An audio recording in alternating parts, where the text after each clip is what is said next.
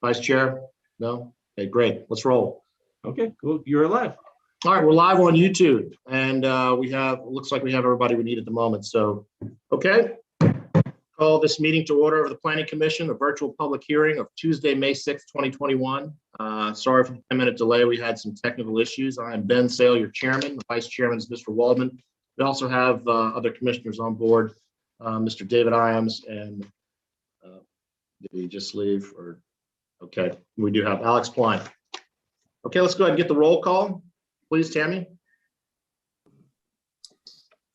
Mr. Sale, Here. Mr. Klein, Present. Mr. Imes, Here. Mr. Wallman, Here. Ms. Butler. Ms. Butler sent me a message she'd be unable to attend this evening and is absent. So we do have quorum. But of note, we do have a commissioner that was not here for a last item, but we'll bring that up later. On the agenda for tonight, we have a break in it for everyone who's watching out there. What we're going to do is we've just called the meeting to order, taken the roll, and we're going to actually adjourn here in another minute or two and go into a work session, which will still be broadcast here on YouTube. So you'll still know where we are, and that we're going to look to come right back at about 8 o'clock to reconvene the meeting and then go through the rest of our regular agenda. But this work session is something that's a holdover from our last meeting we weren't able to get to. We have a ton of stuff to get through for the Planning Commission these days, especially with the end of the term coming for a lot of council members of the council. So a lot of legislation needs to get through and many other reasons why we have a ton of stuff coming through. So anything we don't get to, we push to the next meeting as need be. So with that note given there, I'm going to adjourn our meeting right now, and we will come back at around 8 o'clock, and we'll still be broadcasting this whole time during our work session. This meeting is now adjourned to go to work session. All those in, well, do I need to call for it? Let's get a little, or I could just adjourn it myself. You have to call for the vote. Yeah, that's true. I move we adjourn. Right, okay, there's a motion and a second. All those in favor say aye. Aye. Any opposed? No, it's unanimous. We're adjourning and going to work session. Be back at 8 o'clock. Thank you for that procedural advisement from my senior members. Thank you. Okay, let's move on to the presentation and work session for Bay Village Suites. A work session to consider major site design plan proposal for an institution for the care of the aged known as Bay Village Suites.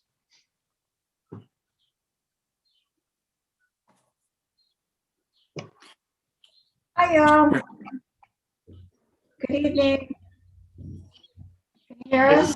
You could start your video as well. And who's going to be the lead for the presentation? John Grant is going to be the lead. Can you hear us? I can hear you. Okay, thank you. I'm going to share our screen. Good evening, everyone. And when you say our screen, are you guys meeting in a conference room and just coming in as one unit or multiples? John and I are coming in as one unit, but we have people on our team that are going to be speaking as well. So I was going to share my screen unless Julian wants to share the screen. Julian and Tom Smith both have the presentation. So whatever works best for you all.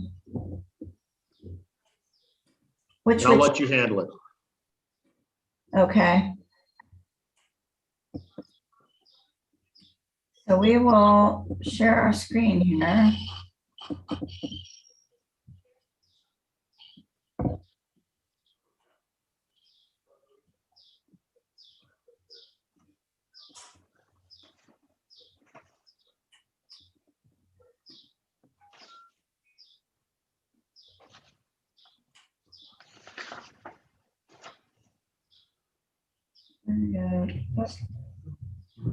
Yeah. And we can totally see it just fine. Okay. Great. So good evening. My name is John Grant. I'm the president of GSX Ventures. Along with my partner, the Reliable Group, we're very pleased to sit down with you tonight and present our vision for plans and elevations of a new seniors independent living housing project to complete our seniors community on Bay Ridge Avenue, Bay Village Suites. Bay Village Suites is an independent living residence, which will be a partner in care to Bay Village Assisted Living Facility. I'm sure many of you have seen Bay Village. We just completed it and we're now open. We've been open for the last 2 months off of Bay Ridge Avenue on Bay Village Drive. Independent living is a lot different from assisted living. It is a partner with assisted living in providing care for seniors, but not seniors who need assisted care and who have dramatic or traumatic medical needs. It is mainly a place that provides care in in feeding, in activities, and in organizing people's day. The project that we're showing you is a project that contains 106 apartments. It also has a dining center, a bistro, a theater, a club room, a craft center, a beauty parlor and fitness center. And the parking for the project is completely below grade. You're looking at an overall site plan. You can see the white, the 3 white elements there. The lower right white element is Bay Village Assisted Living. The central element there that centers around the 100-year-old oak is the new project, Bay Village Suites. And the block to the left there is where the new Lidl shopping center is. This is a front elevation of Bay Village Suites. And the project will be a 3-story building that exists right on Bay Village, Bay Village Road, Bay Ridge Road. And if any of you remember the champion oak that remains there, that champion oak becomes the center point of our project and essentially splits the mass of the building in half. So that tree is retained and becomes the center point, and it splits the mass of the building in 2 smaller components. The design of the project includes a lot of important components, including the tree that's crowned the site for many years as the centerpiece of our project. And it also exists only 50 feet away from the assisted living project, which is right behind, and it will be a partner in care for these seniors. The typical trajectory of seniors would be to come to Bay Village Suites before they need assisted care, and to live there while they're waiting or while they're in need of additional services. Those services will be provided basically through home health care. At the center of the project is a huge outdoor space, which you're seeing here. It's designed for older seniors that don't require assisted living. Among the features of the program will be a coordination of home health care, and it provides fellowship, healthy meals, and security and health programs. This outdoor area has a fire pit, outdoor dining, and seating areas, and is an open space which you can actually access right from the sidewalks around both sides of the tree from Bay Ridge Avenue. Part of our program would be to re-landscape along Bay Ridge Avenue and also to provide a green space that comes into the site and allows access to this space as an amenity for people walking along Bay Ridge as well. You can see in this rendering, there are a number of interesting items in this center courtyard. There's a fire pit, there's a 2-sided fireplace from our club room, and you can see the oak tree there on the left-hand side of the outdoor space, again, dividing the building into 2 separate masses. At the rear of the building, as you can see in this slide, at the left, you have the rear elevation of our Bay Village Suites assisted living and the outdoor porch there. You can see the Starbucks, and you can see the road that now connects the Lidl building. We thought it was important, and we worked with the city, and we worked with Lidl to create that link so that Bay Village Road actually proceeds into the Lidle site and completes the connection from the stoplight into Lidle, all the way through to the stoplight in Edgewood Road, and also access to both of our projects, Starbucks and the CVS store there, creating this community. In doing this project, we have to give a lot of credit both to the planning department and to the community. We've had about 6 community meetings. We have always prided ourselves on being involved with the community, and we've actually spent about 2 years working with the community on their concerns, talking about issues that were important to them, and getting responses. Along with those meetings, we've had Councilman Rod Savage, who was instrumental in getting our text amendment passed that allowed this project to be built on this site, and Anastasia Hopkins, who was the head of the community group and mustered all the different communities together to meet at our trailer and talk about the project. We've also met with the planning staff, Tom and Kevin, and we have really enjoyed interaction with them and talking about what things they would suggest that we present to you tonight. And we're going to show you some things on contextualism in a moment. But the things that are really important to point out that actually came out of our meetings, first was a traffic study. So we hired a traffic consultant. We did an in-depth traffic study of the impact of this building on traffic at Edgewood Road and also back into the Lidle site. And our study came up showing that there was no impact, no appreciable impact. I think there was 120 trips a day, maybe a little bit less than that. But because we were community-minded, we are now funding an additional traffic study, which is run by the city, that will be conducted to reinforce and confirm the study that we performed ourselves. It's underway right now. The project height and coverage, resolving the site. As a result of that, we expanded the site from the one site, which was owned by Hyatt, to purchasing the adjacent site, which has the metal building on it right now, where the Spectrum Sales Building, Quantum Sales Building is, and that site. So the metal building where Quantum Sales is now integrated into this site, and Quantum Sales will be gone.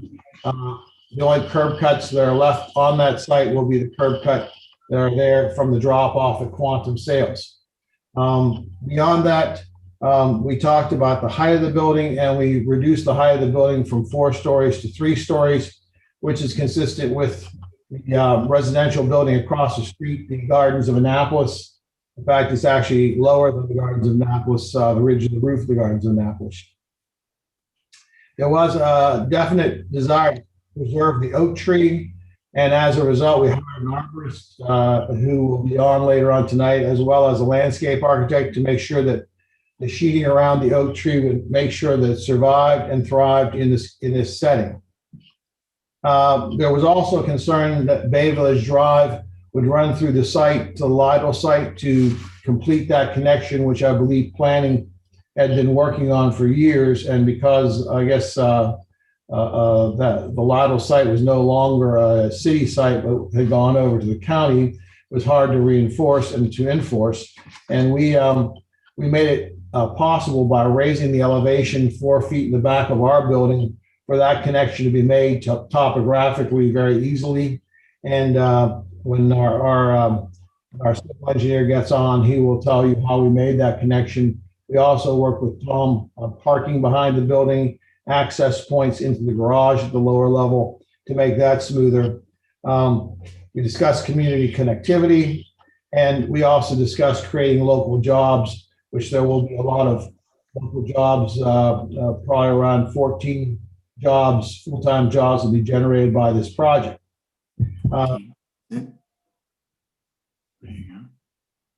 Beyond that, and here's the basic site plan. The trees at the top, you can see that central courtyard. You see the drive at the rear that connects to Lidle. You can see Starbucks I guess you can't see the corner of our building, which is right there where the GSX Ventures is. That's where the corner of the building would be. But that's sort of the first floor plan of our building. There's a drop off at the front, which allows people to come and drop off their loved ones or pick them up. But all the parking for the structure, the parking spaces for all the residents are underground. And as a result, there's no surface area that's picked up for any parking spaces except for the drop off at the front of the building. We also discussed the idea of allowing residents from the community to and dine at our dining room. There are a number of seniors that suggested there were a number might want to have that opportunity.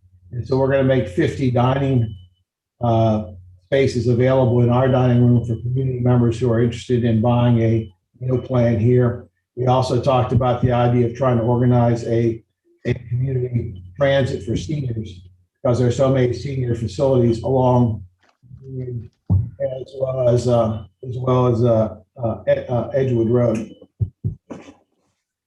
The floor plan is pretty simple. This first floor plan, it's really the basement plan below grade.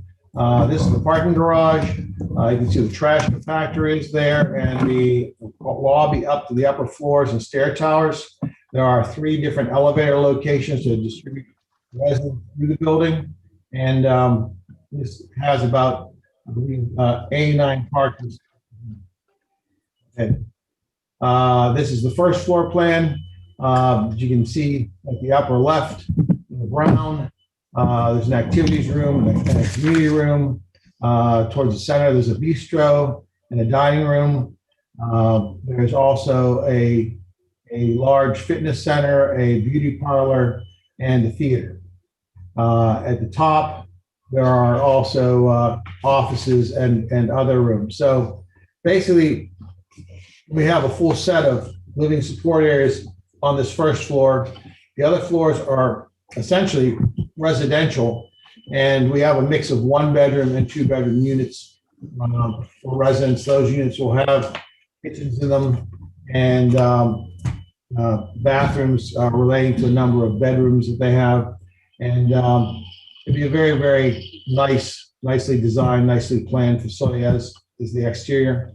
There's the breakdown unit types. The building itself contains 100,000 square feet of residential space and 41,000 square feet of parking garage space below grade. In terms of fitting in, which is an important thing that Tom discussed with me, we decided to hire a 3D modeler to actually model all the buildings around us, especially the Starbucks, and show our building in context with the Starbucks. So you're seeing a couple of those shots right now, but let's go to the next slide here. This is across the street. That is the Gardens of Annapolis, and I'm sure you're all familiar with those buildings. They're 3 stories.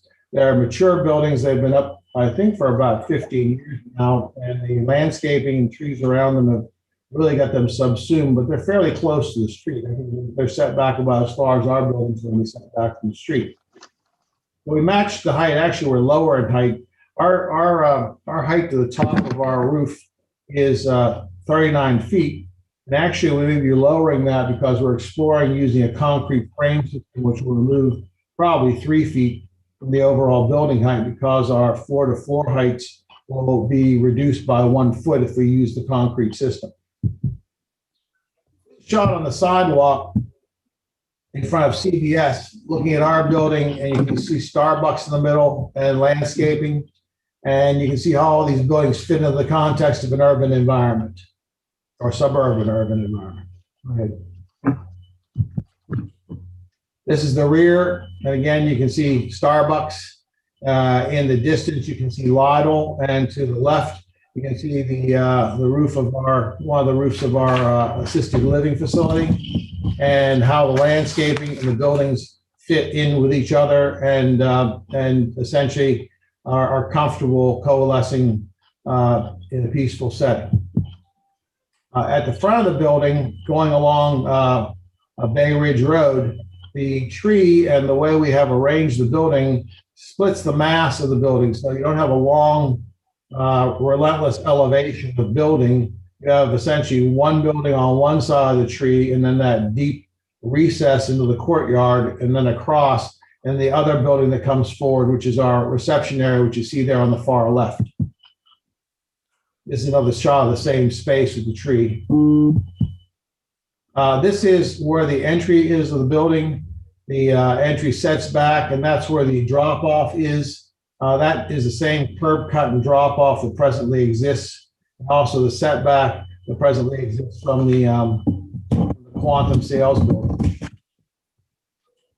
I'm going to turn over the description of the project to Terry Schumann from Bay Engineering to discuss with you stormwater management and other issues of civil engineering in terms of grading and things like that that are important to the site planning of the project.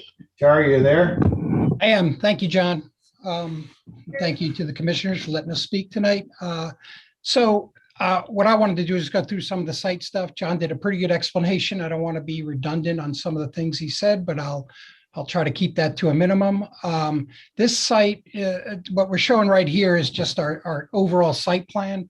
Again, it shows the surrounding Starbucks, the CVS, the assisted living. Really what I wanted to point out on this one was just the connection to the Lidl adjacent to it, and also the pond to the east. So that pond to the east was constructed when they first started the first building out there, CVS. It was expanded when they it was realigned a little bit when they did the assisted living, and that pond serves the quantity and portions of the quality for stormwater treatment for the development. And I'll get into that a little bit more. The access road, if you've been out there, that access road for Bay Village Drive is already constructed. When we originally planned for Bay Village, the idea from the city, we all worked on a plan that provided a parallel road to Bay Ridge Road, and that parallel road would come out at Georgetown. It would have the traffic light entry for this project for South Edgewood Road, and then it'll allow traffic to get back out to Georgetown and parallel Bay Ridge Road, as opposed to going direct connections to Bay Ridge Road. So what happened was at the time, the annex, that Lidl property, which is in the county currently, was looking at an annexation, not as a Lidl, but as a different development. And that never happened. So they pulled back the annexation. Lidl is looking to develop that. And what happened when Lidl really started developing that is they didn't really make the connection to the road. And I believe planning and zoning pushed, the county pushed Lidl for this connection. And I think it's something to be said. Tom Smith kind of is making this happen. And we were glad to accommodate that. And what we did is work with Lidl, work with the city, and we realigned that currently constructed Bay Village Drive by raising the grade to meet up with the design that was already pretty much done with Lidl, and show Lidl how we could make that connection, how it could still function, and how it could work with their plan. So that's really what we've done. I think it makes the plan a better plan. And this is just a blow up of our site. And you can see we have an inset on this plan for a parking garage. That's the lower level. And again, if you've been out there, you go down South Edgewood Road from Bay Ridge Road down to Bay Village Drive. There's about a 10 to 11 foot vertical drop. So it worked well with a building like this, where we could have a lower level garage. You enter from Bay Village Drive on the lower level, you go up one floor, and that's what you see from Bay Ridge Road. So it's essentially 3 stories when you look at it from Bay Ridge Road, but really 4 stories from Bay Village Drive for the lower parking deck.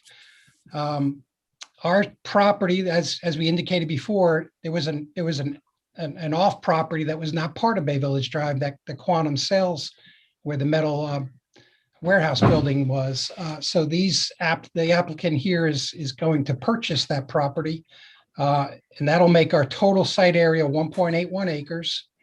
We are zoned PM2, and we are permitted use with standards as an institution for the aged, for the care of the aged. Our total units on this property are 106 units for the development.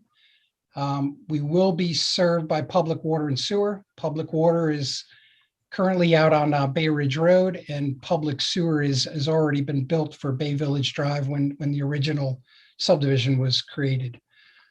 Parking, can you go back one slide? Sorry, the parking, just, we have, as John indicated, but we have 0.75 parking spaces per unit is required by the code. That would require 106 units, 80 parking spaces.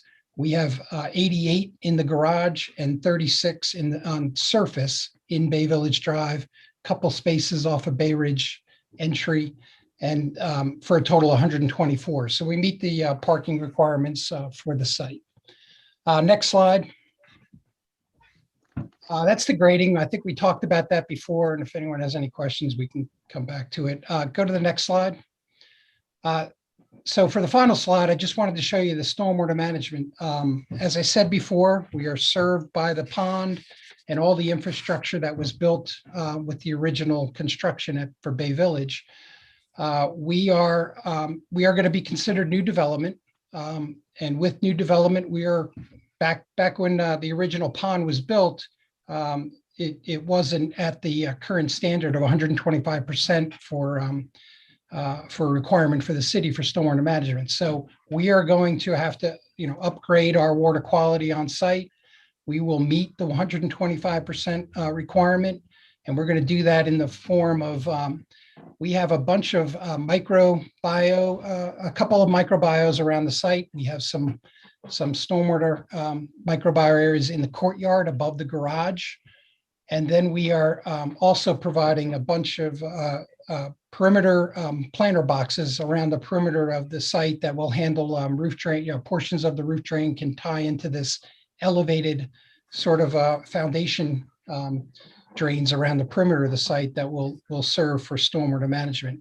And then in addition, we do have an underground pipe system in the lower part of the garage that will provide additional water quality and storage. So we will meet the new development requirement of 125% for the site. And I'm going to turn it over from here to Shelley to talk about landscaping. Thank you. Okay, can everybody hear me? Yes. Okay. Starting with the plan, we have a inward oriented garden courtyard that is back 3 slides, please. So the garden courtyard is roughly about 130 feet by 60 feet. So it's a very large space.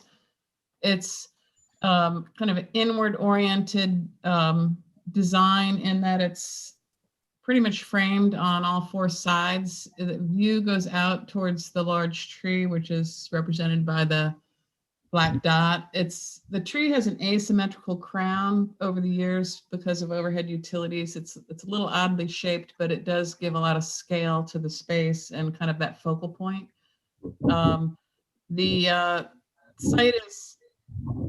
The open space in the site is really 100% planted. The only lawn is on the verge along Bay Ridge Road. So under the actual large oak tree, the ground is pretty irregular, but we've spoken with our team arborist, and the plan is to only plant mulch and install ferns at a small size. So we'll be taking care of that tree. And we have a diagram coming up talking about that. Around the perimeter of the building, the stormwater management water quality planters are really visually going to act like a plinth to the building. We've got the native iris as the predominant plant, and those planters that will really blend into the base of the building, which I think will really give quite a beautiful stature to the building and really tie it into the ground plane. The next slide talks about the surface materials in the courtyard. So we're proposing to use natural wood Ipe modular square pavers, which I think will really give a soft feel and kind of a high quality feel to the space. Much better than having everything concrete. Great, color tones and very soft. The around the tree, rather than having concrete sidewalk, we're proposing to have more of sort of a deck-like walkway that would also be epay on helical piers. So we'll be able to build that sidewalk that wraps around the big tree without taking the whole root system out of the tree. So, so I guess just go on to the next slide. So this is a section on the top that goes from Bay Ridge Road through the large tree to the courtyard. So you can see the little people on the raised helical pier walkway at the left side. And grades are pretty much ideal with the ferns under the tree. And then the diagram on the bottom is taking the technical drawing and just showing the field located actual critical root zone in the color coded way. So the blue is the 55% of the critical root zone that is undisturbed in the sense that it will be protected, it won't be compacted. The only activity in that zone will be careful hand removal of all of the scrub and mulch, and then planting the small ferns. The lavender color is either the walkway that's raised on the helical piers that will be built over the roots, and then to the top would be the sidewalk that would be built over the roots. So we wouldn't be cutting out those roots, and that is 31% of that critical root zone. And then the coral color is the remaining 14% of the critical root zone that will be removed in order to build this project. And then the next slide is basically just saying that we're going to have a full complement of planting with the London plane trees on Bay Ridge Road, the narrow version of red maple on Bay Village Drive, American hornbeam towards the Lytle side, and then cryptomeria kind of adding to the planting that's already on the Starbucks side. So that's kind of the very quick overview of the landscape. This is the slide of the technical tree preservation. And I know we do have our arborist available if there's any specific questions about that. And I think this may conclude the presentation. Yeah, we're concluding the presentation. We're open to questions. Obviously, this is the first time you've seen this, so we're figuring there's a lot of questions, but we've come a long way. We've worked with the community quite a bit, and we've worked with planning quite a bit, and we're very happy with where we are right now with the project, and we'd like to answer any of your questions and hopefully even improve the project more. Thank you. All right, any commissioners want to go right ahead and ask some questions? Go ahead. I have a couple, just small ones. I think a lot of it looks really great. So I have to say that right off the bat. A little bit concerned about the parking issue. And I know these are active seniors and not everybody's going to have cars and you don't need as many. This 124 or so that you're saying, 120 some, are those for the residents, or how many of those can be used for staff and delivery and guests? And so really, what does that turn out to be? And I guess what is the ratio of that per? I know it's, is that like one per unit? I don't think, but Well, I'm just trying to get a better idea. 106 units. However, what you need to know is that most of these residents are going to be 85 years old and older. Uh-huh. And it's thought of that usually these facilities have anywhere from 60% and less in terms of residents who park there, because there will be a shuttle for them to go to all the units. The ones who do drive are the ones who still, feel capable of being comfortable driving their cars. But many of the people in this project will be people who have had events but don't have lingering medical problems with the event. So if you had a heart attack or stroke or things like that, many of them have probably relinquished their driver's license. So this is not really active adult. This is slow go. I mean, the active adults go, this is slow go, and assisted living is what we call no go. And so between those three, this is sort of the slow go. People are meeting with their families, they're outdoors, and they're together in community, but they're still here because their families are concerned about them, and they're concerned about themselves as well. Yeah, I just get concerned about, all the other things parking. I think of like the main ingredient, for example. They got in a lot of times with their, when they made their expansion, they were able to get some parking that I guess they made some exceptions for them, but then they had a fleet of like 15 of their own vehicles, plus a whole bunch of employees there too, which took up twice as much parking as they thought it was going to. So I worry, I just kind of get a little concerned about that. I mean, yes, you're going to have vendors, you're going to have, I guess, delivery people in and out and guests coming in and out. I just want to make sure that's just something I want to look at a little more closely. That's the main issue there.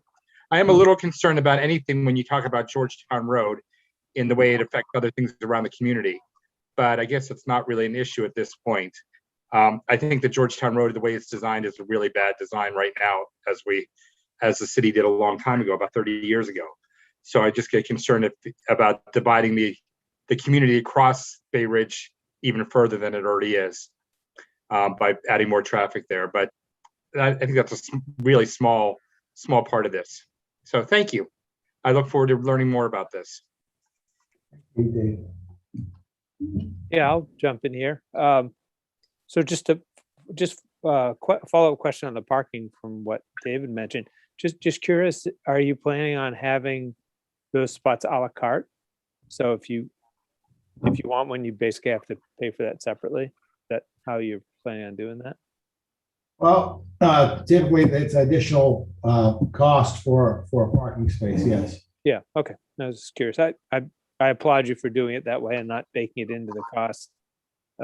So people only have to pay for it if they're going to actually use it. So I commend you guys for all the work you've done with the city on the connection to the Lidl. That's, as Terry mentioned, that we've been talking about that for a long time, and I'm really happy to see that, because the more connections we can make off Bay Ridge, the better. Which kind of brings me to, well, let me ask one question that's more simple before we get to that. But the choice of a mansard roof, is that more sort of break up the vertical height of the building? I'm just curious. I personally, I'm not a fan of mansard roofs, but I realize that's kind of a subjective thing. And I was just curious if you chose that more to sort of break up these vertical walls. Well, we want to give the building a 2-story height, and then subsume the top floor in a mansard and lay the shingles back into the roof and have some dormers sticking out of the roof. And I think rather than sawing the building off, because we're trying to keep the thing somewhere around 36 feet to 39 feet in height. You have to have a parapet because we have a flat roof behind us. So you're falling off a flat roof. So whereas if we were just doing, 11-foot floor to floor and 14 foot on the first floor, you'd be at, 36 feet. You got another 3 feet or 3.5 feet to keep a railing around the building, and also to hide any equipment on the roof so you can't see any equipment. We also have some points that we have some crescendos in the building where we have sort of gable ends. But you're looking at schematic design, and as we work on the building, we'll be sculpting it a little bit more. But I appreciate your comment. Okay, yeah, I'm just curious on the rationale. Like I said, it's whether you like a mansard roof, the look of a mansard roof or not is subjective, and I wouldn't criticize anybody for that, because that's just my personal taste. But anyway, thanks for answering. I was just curious about that. So the last thing I wanted to ask about is sort of the configuration of Bay Ridge Road itself. And I realize in a way it's not fair to ask you about that, because it's not really your job to do anything with the configuration of Bay Ridge Road. But I would think it would matter to you guys, especially in the way you've laid this out, it does have a pretty substantial component to it that, in the component, this, what we're seeing here in this picture is the component's very attractive. But I would think a lot of that would be essentially devalued because of the configuration of Bay Ridge Road, which, as we know, doesn't really look like some of the ways was presented in the schematics here is, not busy, but because it's basically a 5-lane arterial, 2 travel lanes and center turn lane. And, it's not a pleasant street or road, whatever, it's actually both. And so I don't know if you, sort of given any thought to that of, One of the things that's important to realize is that the planting that's supposed to be supplied there by Brig has never been planted. And that the city had made Brig a promise of quite a few trees along Bay Ridge. And actually, they promised us when we bought and built the assisted living, not only to plant trees along Bay Ridge, but also to replant the median road. Now, with the completion of our project, we are, part of our contract is they must go back and plant the street trees. And we'll also be building a new sidewalk in front of the entire complex. Yeah, understood. I guess where I'm going with that is as the owner of the property, I think the better streetscape it is, and to me that means a less highway-like street out in front of your place is going to add to the value of your place, especially as the property across the street potentially gets redeveloped. As that's something we've talked about for a long time, is the giant shopping plaza is, that's not going to be like that forever. And especially if something a little bit more urban ends up there, especially with people of, who are in their, say, late 70s, 80s, it's less than a quarter mile across the street, but nobody in their right mind is going to cross Bay Ridge Road, given the way it is now. So I guess I'm kind of throwing this out so that if you get pressure to make, because of potential traffic or whatever, if you guys get pressure to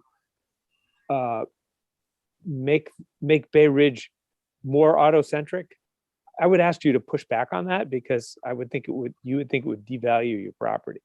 So I'm just kind of throwing that out, because ultimately I would like to see that part of Bay Ridge Road be much more pedestrian friendly. And I think a lot of people would like to see that too. But at the same time, there's another set of people that bring the tension about you got to have traffic throughput. So I know there's all these competing interests, and I'm just throwing this out for you guys not to get sort of sucked into that as you go forward. And I apologize if I sound like I'm lecturing you. I apologize. I don't mean to do that. I'm just trying to plant the seed to. I think it's better for you guys that if it's more, a more pedestrian friendly kind of area.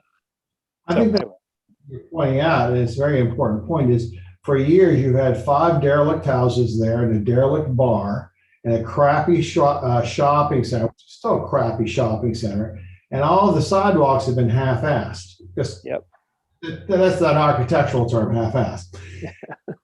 By the time we get done building a brand new sidewalk, and I think Lidl is going to be taxed or charged with building their section of the sidewalk in front of all the junk that they have there, and possibly connect that up to where the boat store is, and then maybe see if someone could encourage a sidewalk across that marsh of pavement in front of Caliente Grill. McDonald's, you can think of how cohesive it would be to be able to walk from the smokehouse to the dark horse. I mean, it's not a bad thought. And if the sidewalk's wide enough and there's places to sit along the way or places to hang out, it doesn't necessarily have to be the New York Thruway. And, I guess the question is, do you think maybe any type of traffic calming? Because, the other thing would be to throw a median in there somewhere to narrow the lanes down and to slow the traffic. Yeah, That's- I mean, personally, I don't think Bay Ridge in that block all the way up to the intersection needs to be 5 lanes. It could be 3. But, you know, I know most of the world's going to argue with me about that. But I know we're way off the reservation here, but. Alex, this is Terry Schuman. I just want to point out that, just so you know, I mean, currently the sidewalk is right up against the curb. I think it's a 4-foot or 5-foot wide sidewalk. We will continue in front of CVS. We made it 8-foot wide. We pulled it off the curb. Yeah, that's all great. I just wanted you to be aware we're doing that. Yeah, I could see that from the drawings and you know, I'm pretty familiar with the area. But I still think, you know, fundamentally a problem is that the road's too wide. And so anyway, just something to think about as the area matures. So I'll get off my soapbox, sorry. Thanks, Alex. Are you done, Mr. Klein? I am stepped off my soapbox. Can I take the soapbox? Sure. Ladies and gentlemen, I'm reminded of times listening in court when a judge is about to render his or her opinion, and they start off with all of these reasons why my position is really a sound position. And then I know I'm in for real trouble because they're going to end up talking about how the prosecution is ultimately right. So I'm going to start talking, prepare yourselves, I'm going to start talking about the pluses, just like those old judges. I want to congratulate you guys on many of the things that you have brought up here. The connection with Lytle and you know, staying consistent with Tom Smith's long range, what was a fantasy and now is turning into a reality of a road parallel to Bay Ridge to pull some of the traffic off. I want to, as best as I can tell from the elevations and so forth in your illustrations, that the frontage on Bay Ridge Road is really broken up. The tree, that really the bulk of the building is way off of Bay Ridge, and that main entrance into the underground parking is off of Bay Ridge, and so that the frontage is really, I think Alex is right, the frontage is really very pleasant, and over time, with a few, you know, a median, whatever happens across the street, it's only going to become better. And I assume that Shelley Wrench's plantings are going to be, you know, mature into things which are really, really pleasant and which continue to sort of not sabotage, but disguise what's a fairly large building. I want to congratulate you on reducing it from 4 stories to 3, because from what little context illustrations I've seen here, it starts to fit. It's okay, you know, 3 stories is not a bad suburban, urban context, as you say. Accepting people in for outside dining in some respects is something that you'll work with over time, that the management of this place will work with over time. I think that the same suggestion ought to go to the village at Providence Point. It's so that there be more connection between the inside world of this building and the outside world. I just to return to a point, I agree with you, Mr. Grant, that this is not a relentless elevation along Bay Ridge. I thought that was a very descriptive and apt way to put it. Underground parking with a building this size, can you just imagine what you'd have to do with above ground parking? The whole thing would be an utter desert. So excellent, thank you. And finally, one of the questions that I was going to ask has been answered by Mr. Schuman. Your sidewalk along Bay Ridge will be away from the curb. When you're next to a boulevard, which is as heavily trafficked as Bay Ridge, you need to feel some protection. And I don't know if your landscaping plan addresses that space between the sidewalk and the curb. I can't tell how big it is or how small it is, but you might pay some attention to that detail and put in something which going to be able to withstand all of the pressures that are on it from traffic. But low hedges, something easy to maintain. I would ask you to take a look into that. Now I can turn to my questions. The Bay Village, what's it called? Bay Village Drive, is that right? I couldn't tell from what you've displayed or from what I've been given if there's a sidewalk, if there's a bike share lane, just quite how you're going to be handling bikers and walkers from all the way down that Bay Village Drive, back and forth to Lidl and Starbucks and CVS. I do think that some attention needs to be given to that. And while on the subject of biking, there needs to be at some place probably in the underground garage, a place to park and lock bicycles.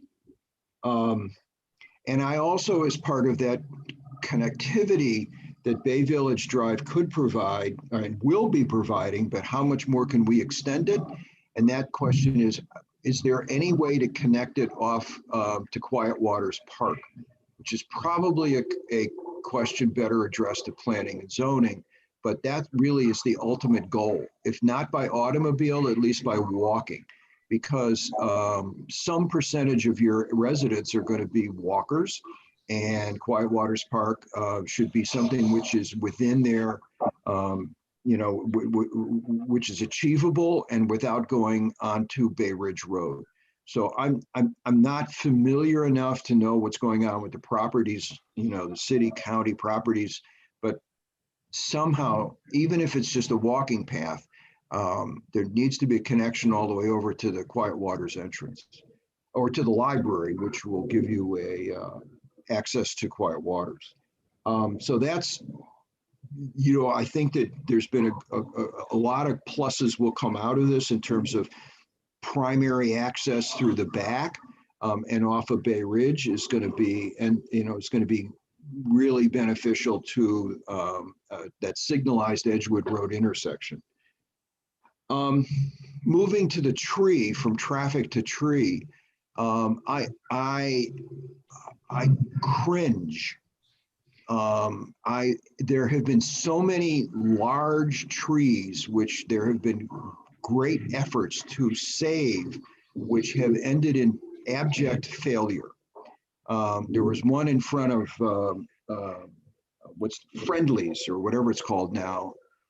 And then there was one in front of the EMR building over on Giddings Avenue in Annapolis, and both of those were lost. And so I'm taken with those failures to be very concerned about this. And so here are some of my observations. One of them is that I don't understand what's happening with that tropical wood slats, those squares. I don't know if water will leak through them so that there is irrigation, natural irrigation to that tree. One might ask, Ms. Wrench, if there should be artificial irrigation to the tree, but I'm very concerned about that outer perimeter of the drip line, that there be irrigation as much as possible through any of the built surfaces. The second point is that anywhere where there's not those, if those squares drip water, fine. If they don't, I think we've got, a problem. Anywhere where there is an impermeable sidewalk surface, and I'm including the sidewalk along Bay Ridge, I think that there should be permeable pavers. It's an expense, I know, but that tree is of tremendous value to this project. I noticed in one of the illustrations, the tree towers above the building. And I noticed in the elevations along Bay Ridge, how prominent that tree is and what a great, not only sign and signal, but great shade and all of the benefits that a large tree gives us. So anywhere within and outside that drip line, everything needs to be permeable. It's the only thing I can say. So I'm very, very concerned about it. And it was hard to tell from the landscape, all of the different colors, just really where the drip line is and so forth. I don't need to go into that. Mr. Smith is perfectly capable of holding you guys, to the grindstone on this. But that, I think, is going to be really important, including the sidewalk on Bay Ridge. I mean, maybe that there's some sort of, arc or portion of a semicircle that turns into permeable pavers. You're architects, not me. I applaud you. I think that the context actually does make sense in this portion of the world, consistent with your building, consistent with Starbucks, CVS, and Lidl. I think that all of this is making sense to me in terms of this. It's somewhere between suburban and urban. I agree. It's a dense suburban environment. Of course, if you're able to gain anywhere from 1 to 3 feet in height, all of that helps. Parking. A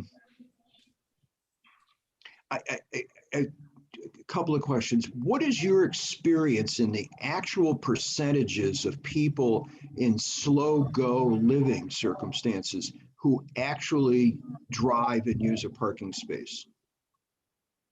We have our operator, Rick Irwin. Rick, are you there on the call?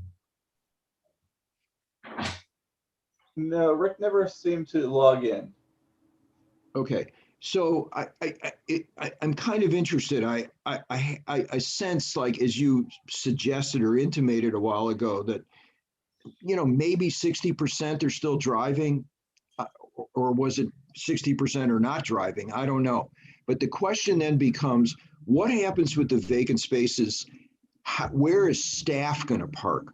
Because, you're going to have a lot of people who are driving, as staff, your nurses assistants, your dining manager, on and on and on and on. What is the allocation of vacant spaces to staff? And what is the what are the numbers of staff that are going to be in this place? So then you can begin to look at really how much parking is needed. So you don't jam up Bay Village Drive and people park in the CVS lot and all kinds of things that happen, some of which may be okay. But I think that in conversations with Tom Smith, you might, come to some agreements on how the residentially unused spaces are going to be allocated. Okay. And I would like to hear that when you come to us with a formal application. I have a question about, I see these balconies. Are they simply decorative grills, or do they project? Is there a place to put some plants big enough to put a chair? What's going on with those window balconies, or whatever you call them? 5 feet deep. What do you call them? They're 5 feet deep balconies. They're big enough to put a chair out and sit outside. Very good. Thank you. Excellent. I think they're going to be incredibly well used, especially around the courtyard, because people in the facilities like this really like to see who's coming and going. It's one of the main attractions and continuing attractions of the day. Very good, because it wasn't clear from the elevation, so I couldn't tell. And finally, this is a question for Mr. Schuman. He, in passing, mentioned something in terms of the stormwater management about a pipe system in the garage. Do you think that you could explain what that sounds exotic to me? Yeah, so sure. We have a requirement for stormwater, and we're trying to treat them as much as possible in the environmental sense of design. So we've got our planters outside, we have our microbios, but we still have a certain amount of that roof drain or roof that needs to be treated. And we are putting in one of these, what they call a storm filter. So it uses carbon cartridges, and it treats the water and can treat the nutrient, treat the runoff, the phosphorus, the nitrogen. We've used them elsewhere in the city. They work pretty well, but it is an underground system. Wait a minute. So ordinarily with stormwater management, we think in terms of retention and slowing down, the flow of water back into the whatever, the bay. This is water that goes down through a filter and then immediately goes to the storm drains, or is it? Correct. I retained? mean, the volume of water is being handled in the pond. The treatment of water is being handled in these devices. So So the water from the pond will go through the devices? no, but the water in the pond is controlled by the pond. I mean, the volume in that pond, it handles the quantity. So we're not releasing any more water than what previously existed out there. So the pond is handling the quantity. These devices are treating the water. So does that count towards your 125%? It does. It does. And the pond treats a small portion, it treats a portion of that water quality requirement, but the bulk of the water quality requirement is in these microbiome treatments, these filtering devices on this particular lot. Well, it is exotic. Yeah, I mean, To my mind, a non-engineer's mind, it's pretty exotic. Well, I'm not versed enough in stormwater regulation to know whether, you're riding the white horse or not, but I hope you are. but these are all accepted devices with MDE. So the test will be in our approvals through DPW, but yes. Okay. Thank you. All right, let's see. Well, that concludes my questions. It wasn't too bad. I think that this presentation shows the amount of work and collaboration that it seems to have occurred between the applicant and the staff. So it shows. Thanks.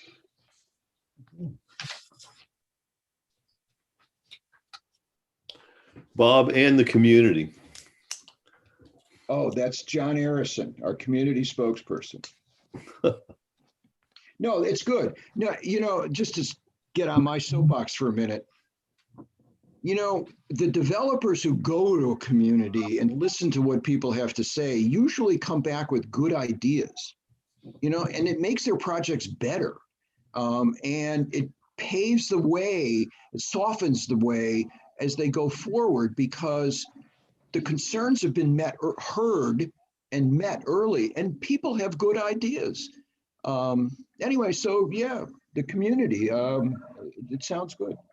Thanks. I'll get off the soapbox. Any other questions or comments from the commissioners?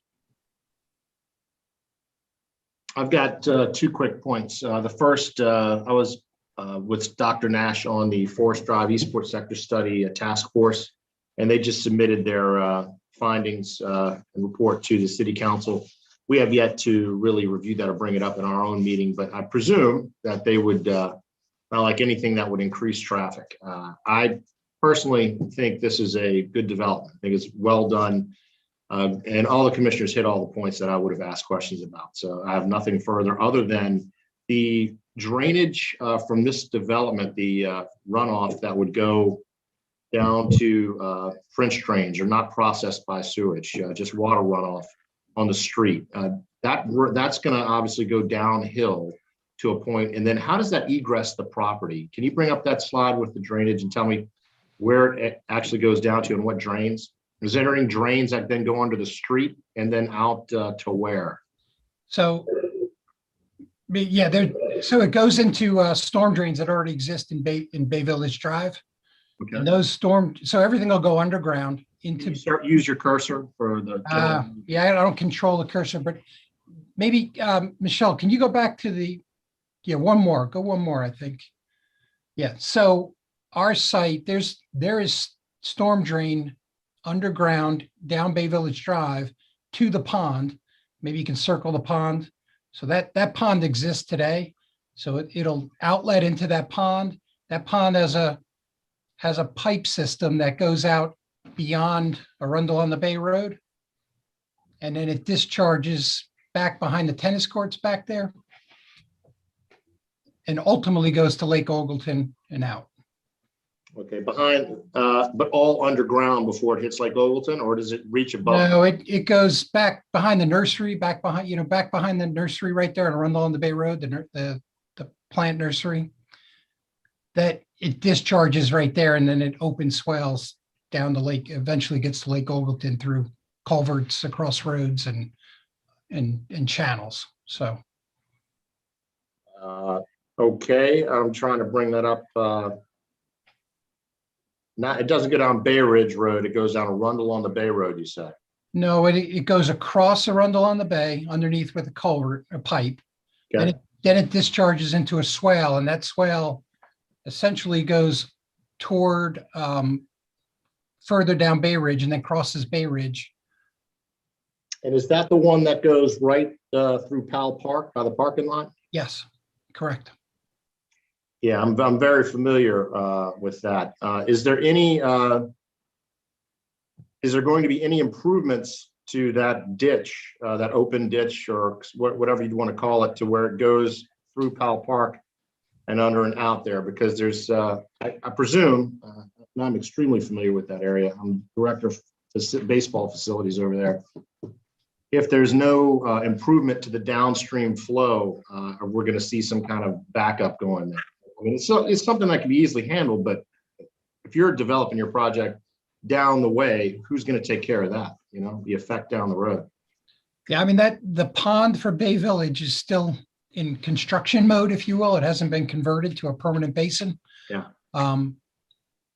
You asked the question, are we planning to do anything? We weren't planning to do anything, but I wouldn't presume. we'll have to look at it. That's my one worry is when you get those high flows for the red cell parks over the area for a while, and how's that going to look, and looking and seeing, can it handle it downstream? So if we could look at that and actually go out there and see if it would be able to handle it with the existing pipes, because I mean, I'm out there routinely. There's a double pipe that goes under the trail at Powell Park, but then that joins into a single pipe that goes across Bay Ridge Road and then to the other side of Bay Ridge Road. So it transits underneath Bay Ridge Road.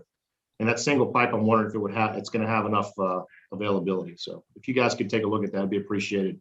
But other than that, I think the project is pretty dang good. So. Thank you. All right, that's all I have. And thank you, Mr. Schuman. I appreciate it. Anyone else? Last minute, oh, by the ways. All right, well, that's all we have. Thank you very much. We'll be looking forward to the final package submission. Thank you. And I just want to give a shout out to Tom, who worked with us through the whole thing, Tom Smith, and actually was a genius behind us buying the extra lot that brought all the thing into scale, which was really, it cost $2 million, but it was a great idea. And to Rob Savage, who worked with us with the community groups for 2 years, tirelessly, and Anastasia Hopkins, who actually has worked with us on both projects and has been a real trooper. I mean, she is a real community asset. So we have a great community here, and we love working with you guys. So we're going to produce another great project for you. Thank you. Thanks again. Okay, this work session is now ended, and we're going to reconvene our meeting. And we've been on for an hour, 15 minutes. If anybody needs to take a quick bathroom break for 3 minutes or so, please do so on the Planning Commission. We'll give you a quick 3 minutes before we reconvene.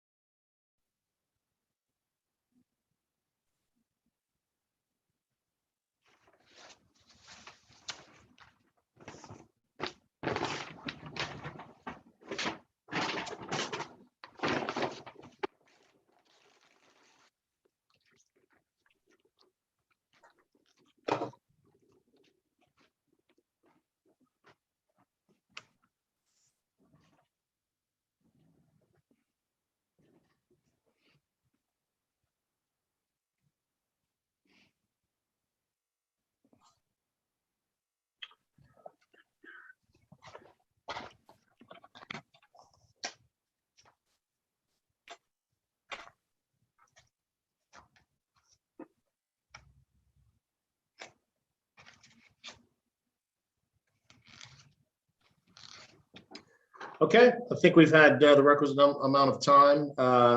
And before we reconvene the meeting, Dave, I've got Bob, I've got all the commissioners. Tammy Hook, are you around?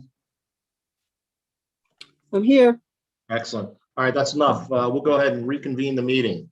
All right, the Planning Commission virtual public meeting for Thursday, May 6th has reconvened after we took a hour and change break for a Bay Village Suites work session. Thank you very much for everyone who attended that. Moving on, and you can see the agenda here on the screen. I've shared that with everyone. We have the approval of minutes, approval of findings, and then this new business down here for discussion of proposed rule changes for ex parte communications and conflict of interests. Since Diane Butler is not here and she'd be an integral part of that conversation, I would like to take item H and table that until a future meeting. So I move that we do not have that item tonight and move it to a forward meeting at some time in the future. That's my motion. I will second that. Okay, all those in favor say aye. Aye. Any opposition? Abstentions. All right, great. New business item H is tabled till a future meeting to be determined. Going to approval of minutes, I will now share that screen with you guys.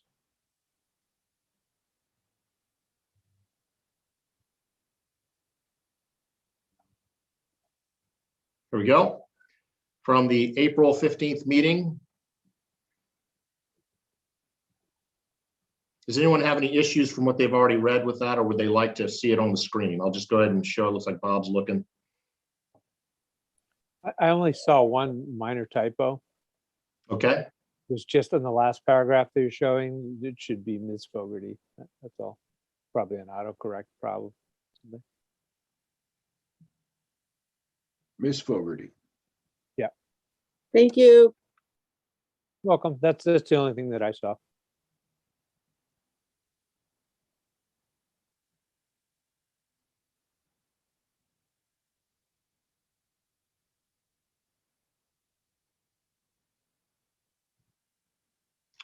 And with regard to that Maritime Task Force update, we did receive a complaint letter from Mr. Alan Hyatt regarding communications by the commission during that event. And I'm assuming you haven't seen it yet, we'll forward that to everyone and we'll take that item up later, but we really don't have a lot of time right now. So we'll table that till later. It's not time pressing. But just to advise you that we did receive a complaint letter about comments made by a commissioner during the Maritime Task Force briefing. Any other comments or questions about the minutes from the last meeting or changes? Okay, I move that we approve the minutes as amended from Mr. to Miss, or is it Mrs.? Ms. Ms. is appropriate. It can work either way. I'll second the Motion approved. Okay, any comments, questions? All those in favor say aye. Aye. Aye. I abstain because I was not present. Thank you very much. And now that gives us less than 4 required to approve on the minutes. So so that brings up the question, would we actually need to have Diane here to have a quorum to vote on it? We have a quorum of 4 commissioners, but not a quorum on the item itself. Mr. Waldman, Chairman Emeritus of many generations, do you have any advisement? Yeah, I did read something on quorum a few weeks ago. And I cannot remember from Roberts, not me, Robert, but Professor Roberts' rules, whether it needs to be a majority of those who were present or a majority of those. I can't answer that. I think it can be, it depends on what's in your rules. Oh, I see Mr. Brathwaite's come online. Do you happen to know what it says in their rules, or we could look it up real quick? Brief indulgence. It is correct that the base rule is the majority of the commissioners present, but let me see if the specific commission gives a quorum rule. Please hold. Okay, and while you're looking at that, we can just table that item and move on to the approval of findings, and that'll be efficient for time. But we have the same issue with those findings. Right, but I can at least bring them up for anybody Oh. to get some comments on it. So you can chime back in whenever you're ready. And we'll go ahead and move to findings.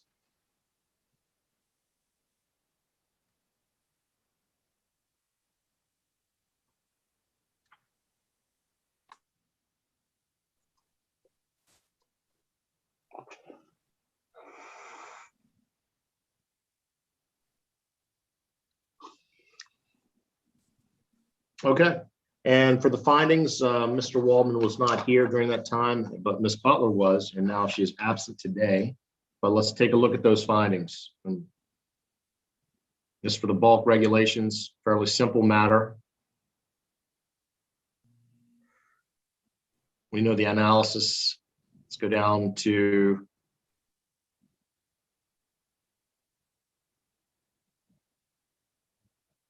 pretty simple. And I'll go back up to the analysis in a second here. Rather simple item for planning and zoning.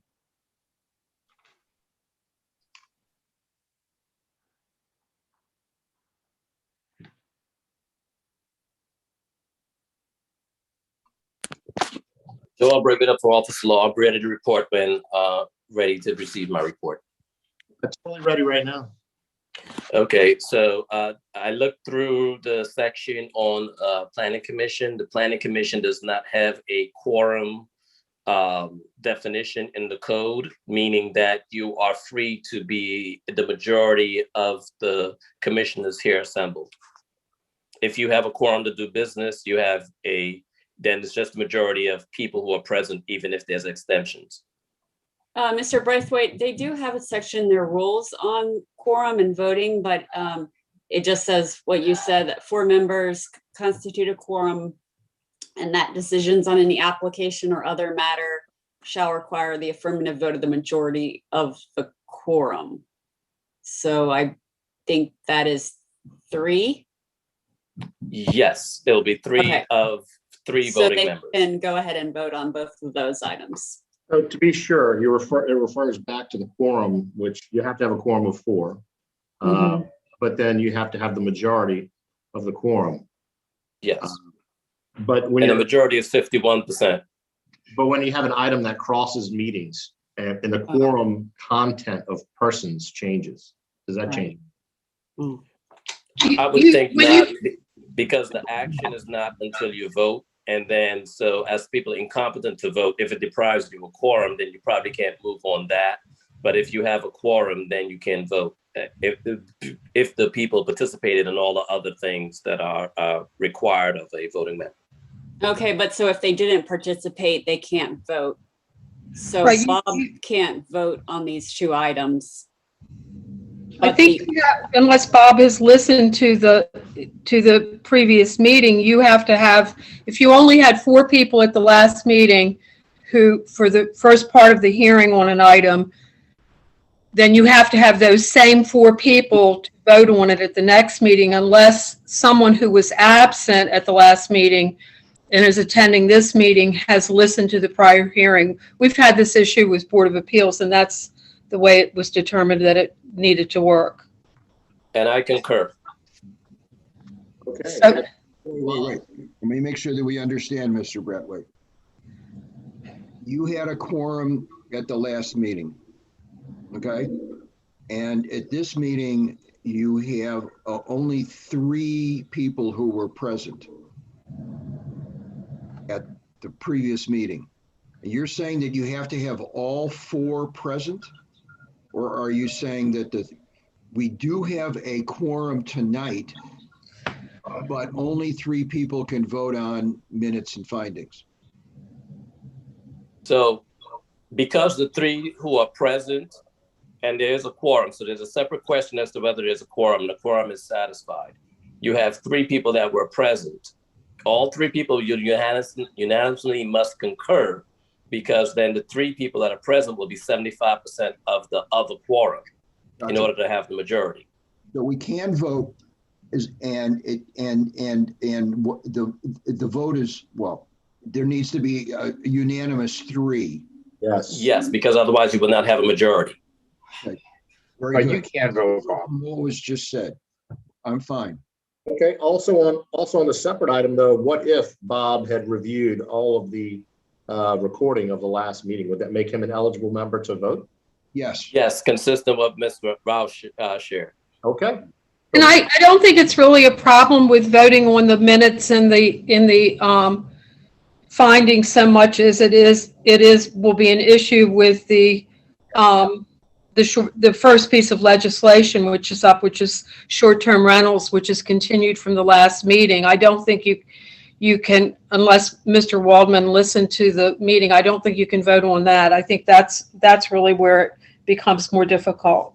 Well, actually, I disagree. I think that you can vote on it, but you can't pass it if it's not 3 of the people assembled, meaning 75% of the prior quorum. Okay, we've taken a different position with Board of Appeals on that issue. But no, I understand, but if the 3 of the 4 people present vote, it really nullifies the 4th person's vote because they already have 75% of the quorum. So it nullifies the 4th person's vote. If the vote is not unanimous and you have a split vote 2-1, then the motion can't pass or there can be no business because there's only 50% of the quorum. Okay, and did you have legal representation and counsel at that Board of Appeals meeting when you guys did that? Yes, we did. Okay, and they recommended that was okay. So we have a conflict. Okay, Mr. Braithwaite, if you could confer with the other legal counsel and make sure you come to terms with that and come back and backfill us to make double sure that what you say is going to be the way forward. And Mr. Waldman, did you watch the last meeting, YouTube entire meeting on the items? I did not, and I was not instructed to do so. Perfect. Okay. With that information, we can move forward with approval of minutes. I move that we approve the minutes as drafted with the minor change. There was a second, I believe. All those in favor? Aye. And we said aye. Mr. Waldman, abstention, obviously. Yes. Mr. Klein? Aye. Okay, so we have a majority. The minutes are approved. Moving on to the approval of findings. We just looked at that. Pretty simple findings, /21. I move that we approve the findings as written. I second that. No second. Any discussion? All those in favor say aye. Aye. Aye. Abstentions? Mr. Waldman abstains. The approval of findings also passes. Thank you very much. And Mr. Braithwaite will await your further direction via email. Thank you. And can I sign for you, Ben? Absolument. Thank you. New business item number H. We have already taken that off of the agenda, and then we'll go down to public hearings. Item 1, let me show that real quick. Thank you, everyone, for rapidly going through what we just went through. So go. Boom. Here we are to public hearings. Ordinance 07-21, short-term rental licenses for the purpose of requiring special exception approval for a new non-owner occupied short-term rental license. This public hearing is continued from April 15th. So it's a continued public hearing. So no need to reopen that. It was just tabled until the next, or temporarily put on hold to the next meeting, which this one is. And first, we'll start with staff. Have there been any changes to the 07-21 staff recommendations or items we need to take of note other than the public comments? No changes, but yes, many public comments, which I forwarded to last week, one batch, and then more this afternoon. And there is one person who would like to give live testimony. Let's go with the live testimony first, if we can. Can we get that person on board and get them out of the way? Can you hear me? Yay, that would be me, the one person. I sure can. Please introduce yourself, give your address in Annapolis where you live, and we'll proceed from there. And please limit yourself to 3 issues. Thank you so much for listening to my thoughts on this issue. I really can't tell you how much I appreciate it. I will be brief. My name is Susan Margulies, and I live in 113 Conduit Street, right in the center of this conservation district. So last time I spoke to you, I spoke about the fact that there are some houses within this conservation district that are possibly uniquely suited to being short-term rentals. And I pointed to a specific example of a home that had been purchased by a primary resident, and they only lasted about 6 months because of the cheerful, boisterous environment of our bars downtown and the fact that they are located within a half block of Main Street. So this ordinance will disallow a class of buyers. It will disallow people who want to buy these big $1 million houses and use them as short-term rentals. But it won't replace that class of buyers with any other buyer. And I want to point specifically to the historic church at 39.5 Maryland Avenue, which was allowed to subdivide into 4 condos, each with individual ownership. And the fact that that building was allowed to subdivide gave it a second life. It gave it a structure and purpose in our community. But this ordinance is disallowing short-term rentals, but not replacing that with any class of buyers now, because buildings are no longer allowed to subdivide. Now, more importantly, this is what I wanted to talk about tonight. This ordinance also disallows a class of short-term rentals.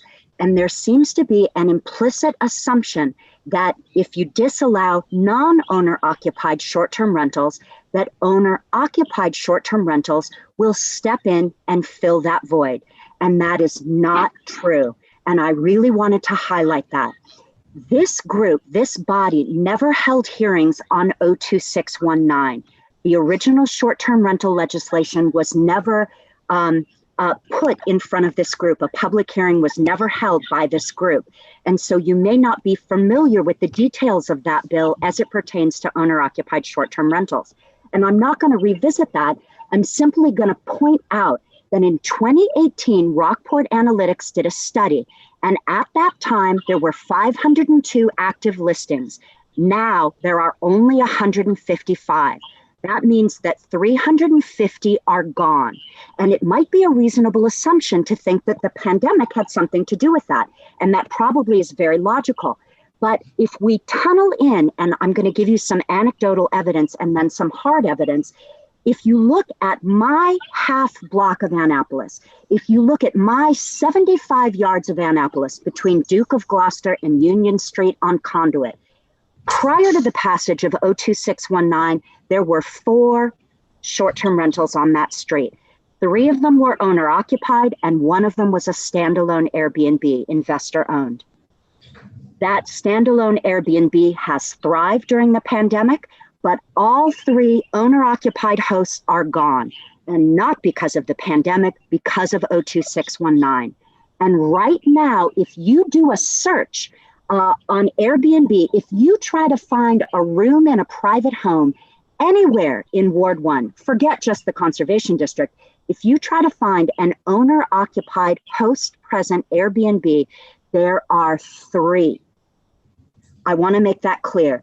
In all of Ward 1, there are 3 active owner-occupied hosts. And so this bill is being passed in the context of an expectation that owner-occupied hosts will fill that void, and that is not true. And the lack of short-term rentals at this time in the pandemic affects us all. Our property taxes will go up, and there will be a drop in the patronage of our businesses downtown. I'll stop now because you are very generous in listening to me. Thank you very much.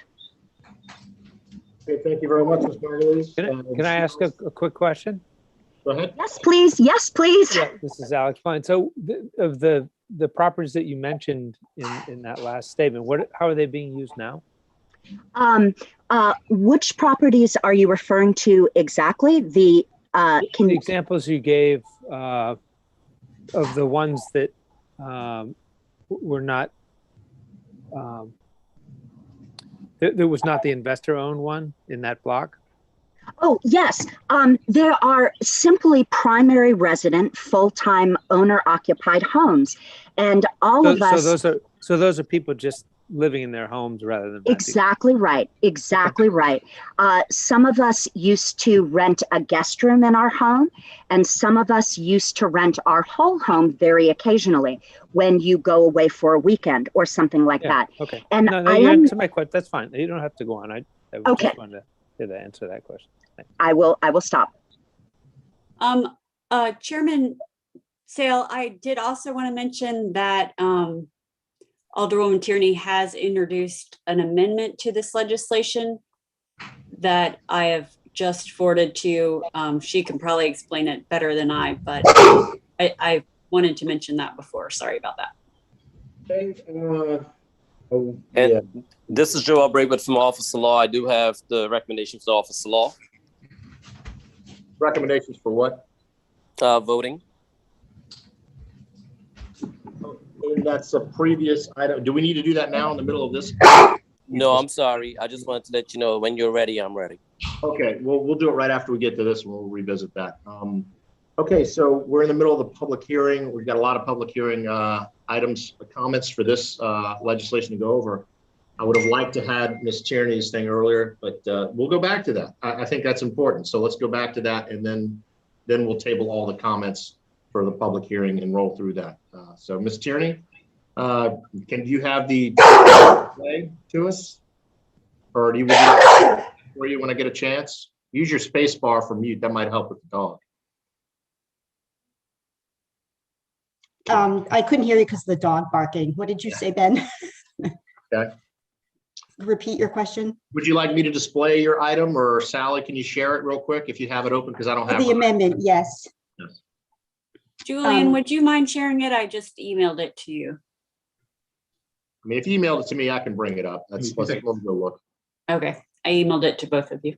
Okay, I'll bring it up then. So go ahead, Ms. Tierney, go ahead and talk, and I'll bring it up. Yeah, just for some background, at the last Planning Commission meeting, there were some good points brought up about sort of the neutrality of the special exception requirement that, one really good example is how do you differentiate a parking concern on Pinckney Street versus Prince George Street.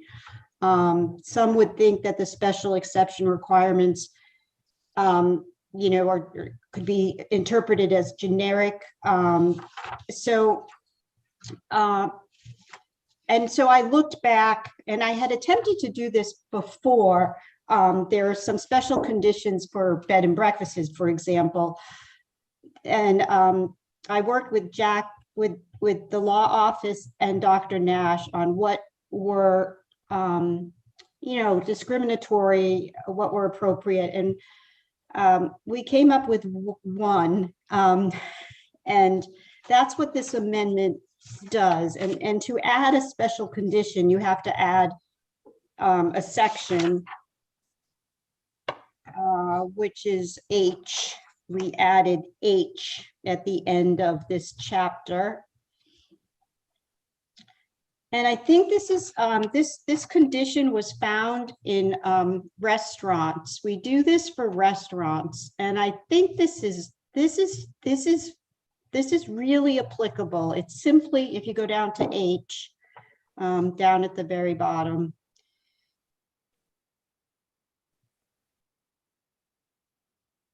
It's in the case of non-owner occupied dwelling units used for short-term rentals. Oh, wait, let me be clear. All of the special exception requirements that we talked about are still applicable. The generic ones, if you will, with due apology, but the following additional standard for review applies, and that is community need. A need for the use has been established. So in the process of that discussion, it will come up, I don't know, there's two already on the street. So I think that was a very, I think it's a very good point of discussion and onus on the applicant to say why he believes there is a need for this for this use of adding, adding rooms, if you will. So that's it. The number per block, that kind of stuff. Ashley isn't here, but it can be, there's a legal reason for not doing that, even though it exists for bed and breakfasts, but it can be difficult, I guess. So. What concerns me is that one person's need is another person's poison. And that one person can always claim that Annapolis needs more tourists. And another person claims we don't need more tourists. How is that to be determined? I mean, I'm really, Yeah, about being. It's so general and so broad that there's no way to determine it. Well, how does it work for restaurants? I took it verbatim out of the restaurant. If you can scroll up, what does it say about restaurants? Let's see. No, I don't think it's in this. Who's got control of this thing? In case of food service, well, there's environmental, there's traffic, there's keep going. Parking, neighborhood, hours, loitering, adequacy of public facilities. Oh, community need. A need for the use has been established. How do we establish a need?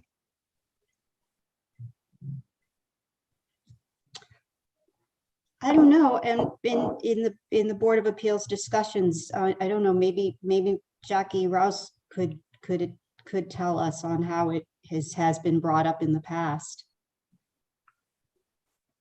It's really mainly based on the applicant presenting a business plan. It's not there was a point in time where we required market studies for restaurants to be submitted to determine community need, but I think that there was a point in time where our Office of Law said that was not they did not have to do that, and so people really just present it as their business plan.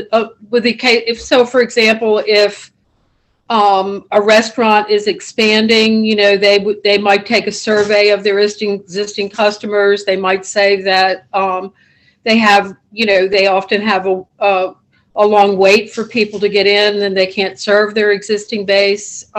It's not a standard that is applied in any way that one would consider rigorous. Oh, they might survey the community and and come back and say that they have a lot of community support for the restaurant, but there's not really a definitive standard if that's what you're looking for. So following upon Ms. Margulies' testimony, what if somebody just went to Airbnb and was looking for, so somebody wanted to open one of these, said, well, geez, there's not enough of these things around. There should be more. I mean, it seems like a pretty easy standard to meet. It is a fairly easy standard. Community need is a fairly easy standard to meet for a use. I would agree with that. The key word here on how it has been applied at, in the city of Annapolis, it's not a difficult standard to meet. What about a quantifiable standard that there should be no more than a certain percentage of these STRs within a voting precinct?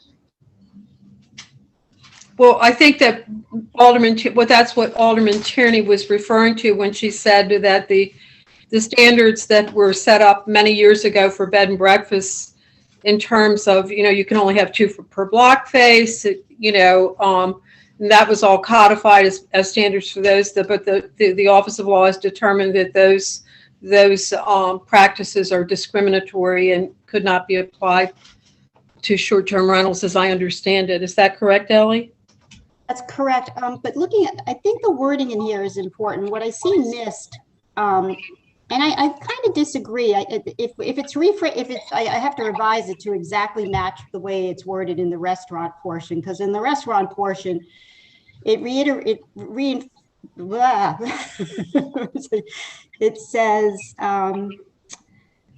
community need, colon, I lost it again. Where are you?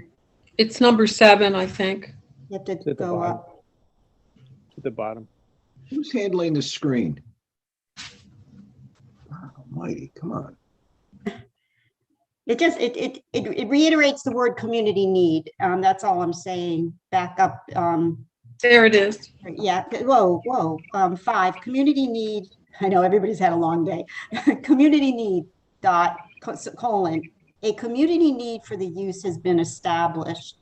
I really think it puts the responsibility on the applicant to say, I think that it addresses the problem. Okay, assume there's a problem that it's tilted to more of these than there should be.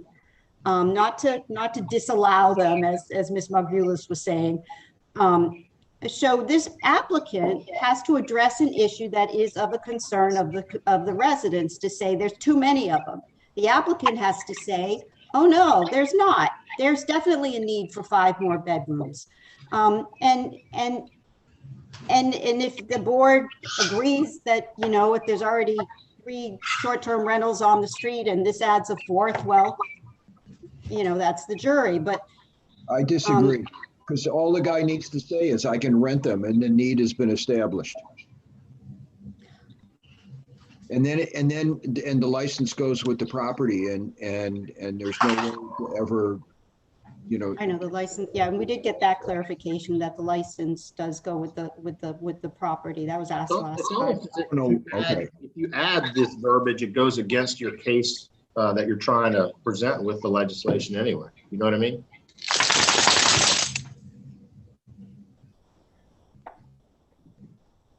Well, I don't have much of a multiple choice to pick from.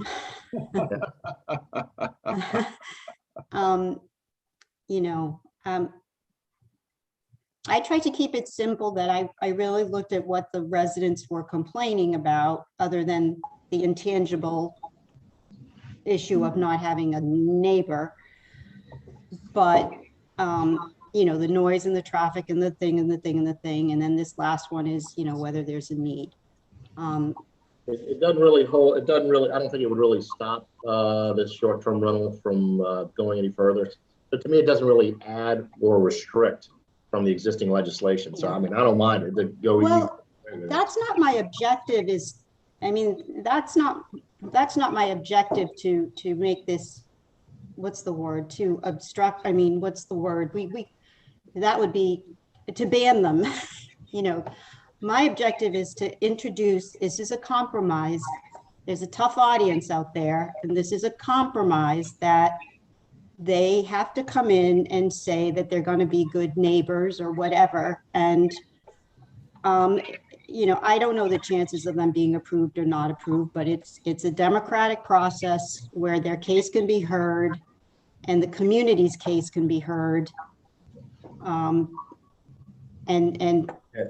There's no other avenue that you can do this, because the two are just so disconnected. When you start talking about what a neighborhood means to a resident versus what a Naval Academy neighborhood is to a business, you can't connect the dots. So I just think that this is some language like a community need for the use greater than the detriment to the block, some unit, that the need is greater than the detriment. Well, define detriment. Well, then I'm being devil's advocate. you're asking the neighbors to keep appearing before the Board of Appeals to say there are these detriments to these STRs on our block, and one more would be more of a detriment. And then, that's, as you say, it's a democratic process, but you're laying on them the requirement of appearing before the Board of Appeals on each one of these applications. but at least you've gotten some kind of a balance, that says need versus detriments. I love it. Mr. Brathwaite? So the office law, we are here and we'll render our opinion. Our opinion is that a majority of the quorum that was assembled on the date can vote and pass. So it's not necessary that all persons, but it must be necessary that today we have a quorum and the majority of that quorum confirm whatever action and vote on whatever action before the commission. Okay. That comports with my memory of what I read in Robert's Rules of Orders. Now I want to keep moving on to this STR business. And what I proposed is, rather than just having to demonstrate a community need, that the applicant need, or that the weighing process, it weighs the need against the detriment of, surrounding adjacent neighbor. Detriment to neighborhood? Well, I remember in some legislation we did a few months ago about, we got into a discussion about the term adjacent, and that means within the vicinity of, or you could even say that, or detriment to the, neighbors within the vicinity of, or residences within the vicinity of the application. Would it be in the same item there of item H, or would it have to be a separate item? I think it would be a separate item, wouldn't it? You would reword this. The following additional standard for review applies. Community need, whatever, a community need greater than the detriment to the adjacent neighborhood has been established. I have no idea how you're going to quantify that. But I have no idea how you're going to quantify that, but. Well, at least the Board of Appeals can, at least the people who come to testify against it can bring up the fact that there's too many, there's no parking, there's too much noise, whatever they bring up, as having been the experience with these STRs. So it's going to be basically throw as much crap at the wall as you can, make as much noise as you can to try to get something to stick. Well, that's how that, I feel sorry. I would feel sorry for the Board of Appeals that's going to have to go through this, because I do too. Thanks. I do too. So I know we're debating it and we're still in public testimony. So I've been sitting here. Okay. I'm going to keep my mouth closed until the public testimony is done. That's a good idea. Oh, sure. All right. Until the public hearing is closed, then we can all say our piece. Right. And then another issue is if we're gonna accept an amended legislation, the public would still need a chance to bite into that and comment on that, I would think. But this is a small change. So I don't. Would we have to actually open this up to more public comment because we're changing the legislation? But I think this is a minor point. We're not changing the legislation. We're just recommending a change. Recommending a change. Yeah. Actually, the person who's provided the legislation to us is actually changing it. Yes. Ms. Tierney. So if you're changing the legislation that comes to us, do we have to put it through the whole? And I would say no for this. No, I don't. Actually, Ben, this isn't a formal amendment yet because it hasn't been adopted by City Council. So this is an amendment Alderwoman Tierney would like to introduce. So I would consider that as you will. The public hasn't seen it yet until now. It is publicly available on the city's website, but it's not been officially adopted by City Council as an amendment to this legislation. If we recommend, if we were to say recommend this with this possible amendment, then this is all going to be a public process downstream. Right, you can definitely do that. So, I guess what I'm saying is we wouldn't have to. We could recommend that the City Council adopt this with this amendment and be done with it. We don't have to leave the public. It's not too grand. Okay. Ms. Tierney, if you want to reword that amendment in the meantime, we'll go over all of the public comments and display those. Yeah. With your, is it appropriate for me just to clarify what Ms. Margill, could I clarify what Ms. Margulis said, just so that there's not a misinterpretation, or is that appropriate? Okay, Ms. Margulies, you still on and still allowed to talk? I'll give you a minute to clarify with Ms. Tierney. Yeah, I just want to make a point for the record that this legislation's objective or intent or what it says is not to disallow non-owner occupied short-term rentals, and that there is no assumption that in the replacement of these non-owner occupied short-term rentals that they will be replaced by owner occupied short-term rentals. The objective, as you read the whereas clauses, is that this is a protected residential zone. So we would hope that that these would be replaced by residents, full-time residents. So I just wanted to make those clarifications that those were false assumptions. That's why I asked the question that I asked, to be honest with you. Yeah, I know. I really appreciate Miss Tierney's point and the effort that Miss Tierney is going through, but nonetheless, there's a lot of evidence that these big houses, these big $700,000 houses, $800,000 houses, $1 million houses that have no yard and no parking and an external environment that is boisterous, and there's a lot of drunken traffic, urine on the front porch, vandalized window boxes. These homes are not suited to be residences.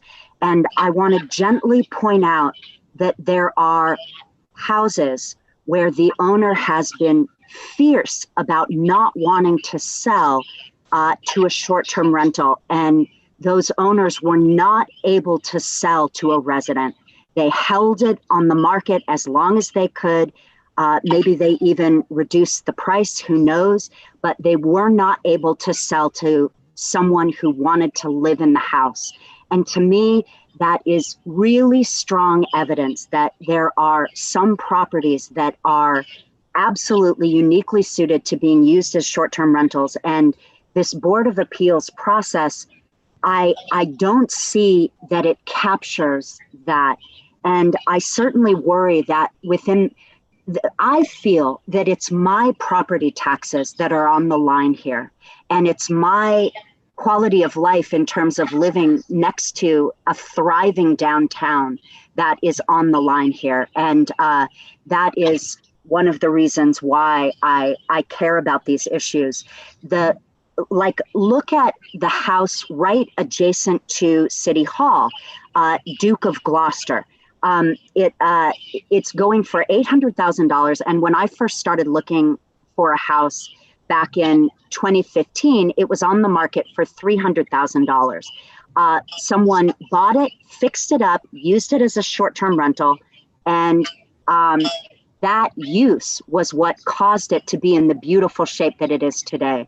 And I am very concerned that this process will not capture that. But I really appreciate, Ms. Tierney, you speaking to me. I appreciate your hard work, and I certainly hope that the owner-occupied regulations will be fixed at some point. Just thank you. I appreciate it.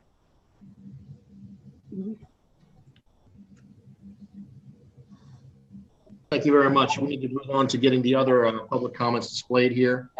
So I'll stop share that item. And Ms. Tierney, if you could write your amendments in the off time here while we're going over these public comments.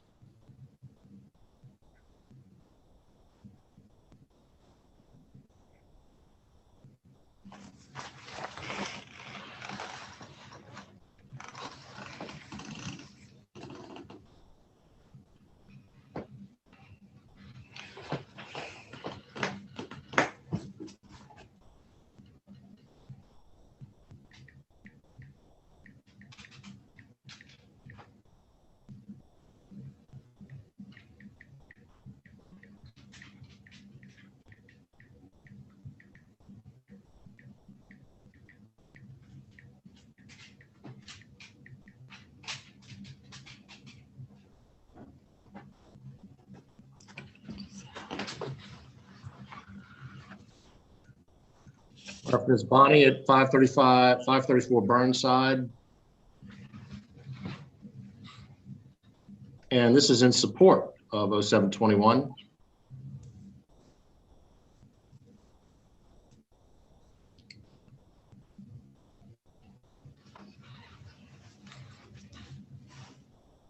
And we have all, as commissioners, had the chance to read these in the off. So I'm going to go ahead and read if they're in support or not. Item, so showing these comments.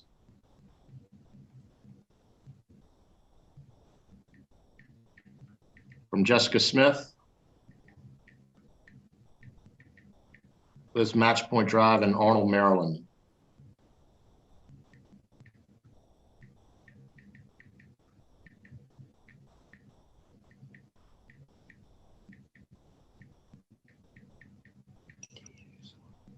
And did not submit any other comment there. Let's move on to the next one. Waldman. Bob Waldman, Poplar.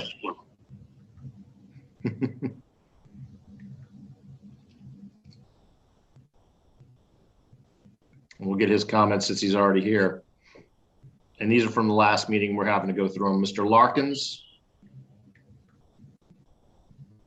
From 154 Prince George Street.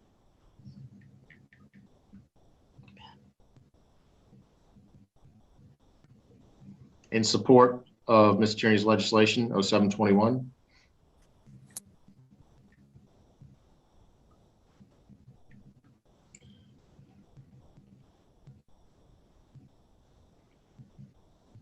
From Jason Brand, Ritchie Highway. Anne Arundel County Association of Realtors opposes.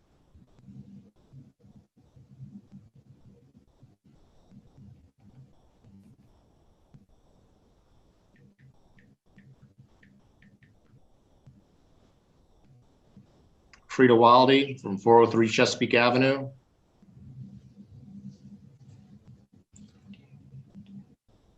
An Eastport person.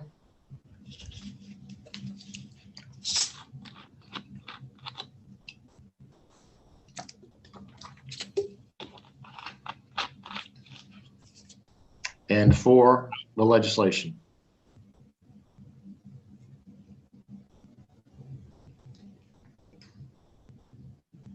Another Larkin.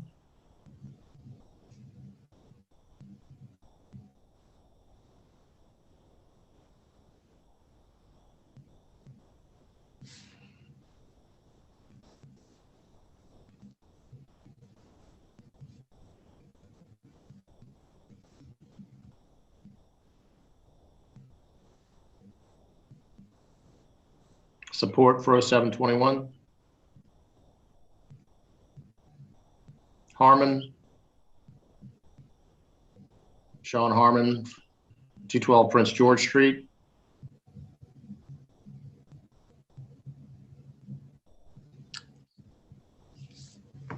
Support of 0721. Etzel, 26 Randall Street. Ben Breakfast, strongly opposed, 0721. With questions. And specifically to Mr. Klein's points before, looking at guidelines and approval was part of that question. Corey,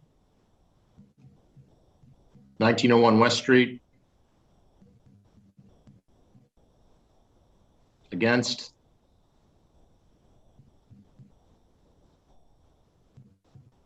Clark, 1301 West.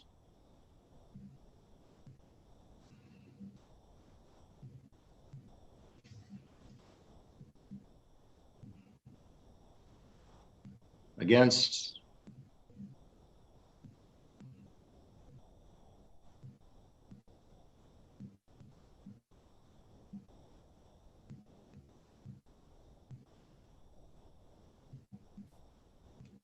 .1206 Poplar Avenue. Against.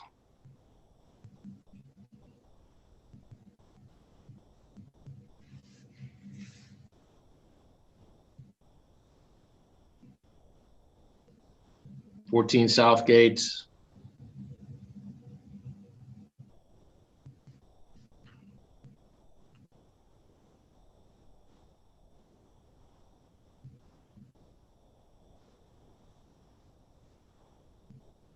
Somewhat 4. I think that's addressing the old legislation, but that limited it to 1 instead of, Yes. yeah. And we have Ms. Tierney's amendment. And let me make sure I've displayed all of the ones from 6 May here.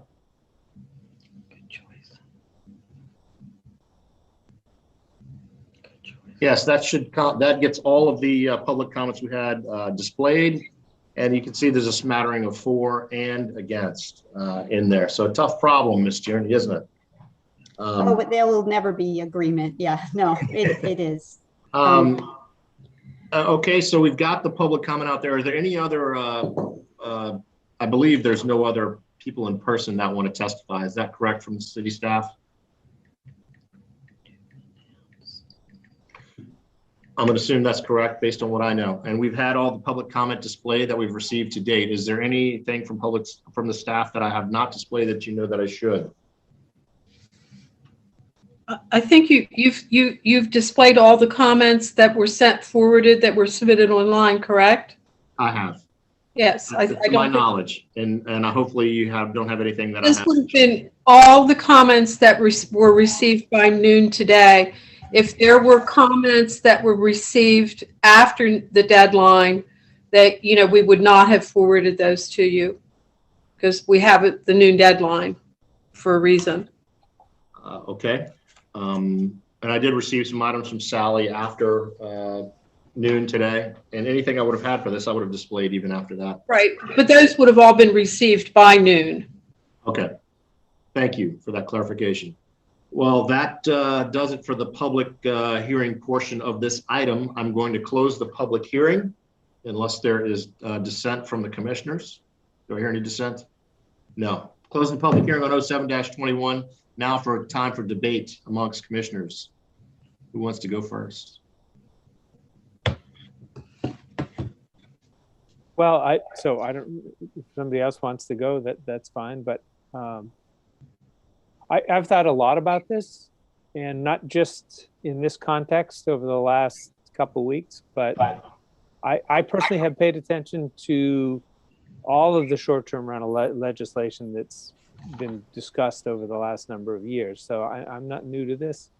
I have been paying attention to it. I've never really weighed in publicly on my opinions about it, but I've thought a lot about it, and I spent a long time today trying to really consolidate those ideas. And I've actually written something, and if it would be okay with everybody else rather than just talk, I wouldn't mind reading the 1.25 pages that I wrote about this, because I think I could read it and express myself better than I could just talking about it. Would that be acceptable? Go ahead, I'm for it, sure. Okay, I think I could probably do it in the time allotted to somebody giving some testimony. So it's, I'm not reading War and Peace here, but I think it's important to lay some, a little bit of background about these. And so let me just start. So short-term rentals are not a new phenomenon. In fact, the history of short-term rentals goes back a long time. They were just called something else, basically something akin to a boarding house or a mother-in-law suite. The fundamental idea of this kind of living arrangement in today is to quote, monetize an underutilized asset, whether it be a spare bedrooms or an outbuilding, aka an ADU, allowing someone to supplement their income by renting them while staying in the house in order to afford to live there. These arrangements provide a lot of value to both the owners and renters, allowing for both to gain financial and social capital in the neighborhood, both positive outcomes. As with many other genres, the internet has greatly decreased transactional friction, and as a result, platforms such as Airbnb have enabled virtually anyone to participate in this marketplace. That change comes with both upsides and downsides. The upsides, I think everybody is familiar with, but fundamentally it's jumbled, the incentives to owning and living on a property in a specific neighborhood. This is most pronounced in places like downtown Annapolis. There's a high demand due to tourism ranging from, quote, one-offs looking to party for a weekend to, quote, regulars with a connection to the U.S. Naval Academy and visit often. The cost of living is high due to the desirability of the location. Regulatory factors such as historic preservation rules and tight zoning that limits supply, and possibly even overvaluation of the housing stock. In part to general overvaluation of housing over the last number of years. Lastly, current cultural preferences, things like automobility, large dwellings, modern household amenities, among others, make it less attractive for families to pay higher costs for less, quote, quality of life in a downtown location. These flip the incentives from living in that neighborhood to short-term rentals. Couple these effects with low transaction friction. In the initial use case of, quote, monitoring an underutilized asset by a resident property owner has been professionalized far beyond its initial intention. I think this is what we're seeing in downtown Annapolis. A property is more valuable to rent on a daily basis than it is to live in. When the incentives are so strong in this direction, inevitably there is an opportunity for, quote, investors. To be clear, I'm lumping all investors together as people who buy properties for short-term rental and don't simultaneously live there, AKA true non-resident owners. These include the gambit from a lifelong Annapolitan who has multiple houses. Maybe they inherited a family place from another era downtown, in addition to one they bought to actually live in, to a faceless institutional investor in New York City. These people are buying residential housing everywhere in the US today. It really doesn't matter who the investor is or at what scale they operate. The end result is the same, the loss of, quote, community and even less residential housing supply available.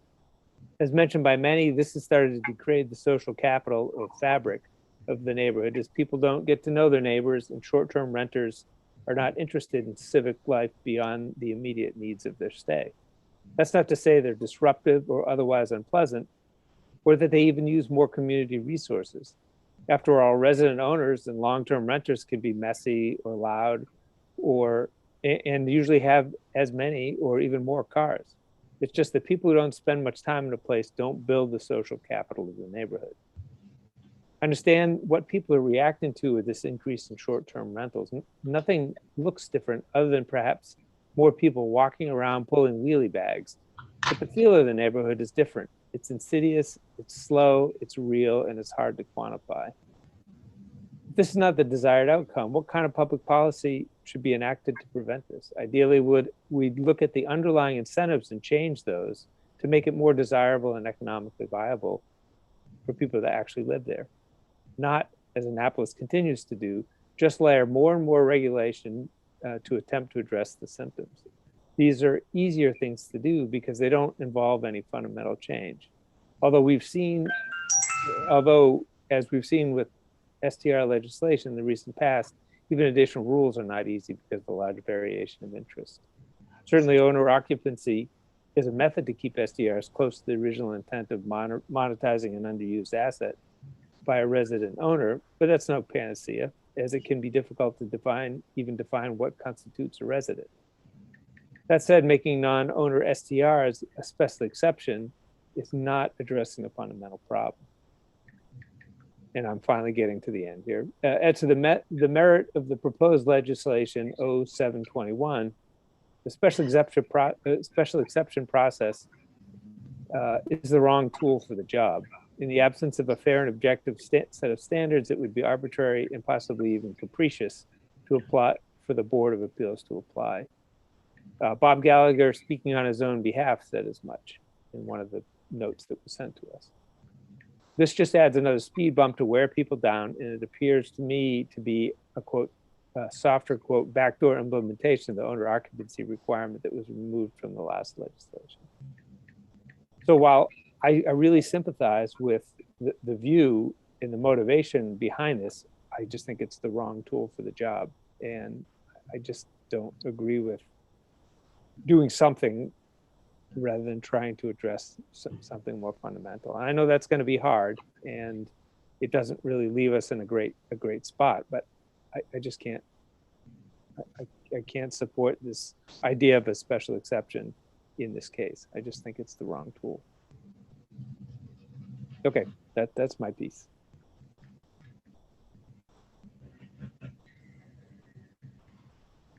Thank you very much, Mr. Klein. That's well thought out, well written. Mr. Iams? Or actually, we can also. Sorry, I'm muted. I was muted. I'm sorry. I feel very strongly that that the special exception is not the way to go as well. I just don't think it works. And I think it would be pretty subjective, and I think there would be, it's just not the way to go. I don't think the Board of Appeals should be making those decisions. Otherwise, Okay. I really appreciate what you said, Alex. I think you're right on the money. I think there's a lot of really good things to say about short-term rentals, but I think we do need a better process for handling them than the special exception. That's all I had. Okay, and Mr. Waldman, you gave a very nice, well-written public comment there, and you are commissioner. You want to expand upon that, or wait till? Well, I was thumbing through it on the share screen there, and I can still bring it up if you'd like. oh, that's okay.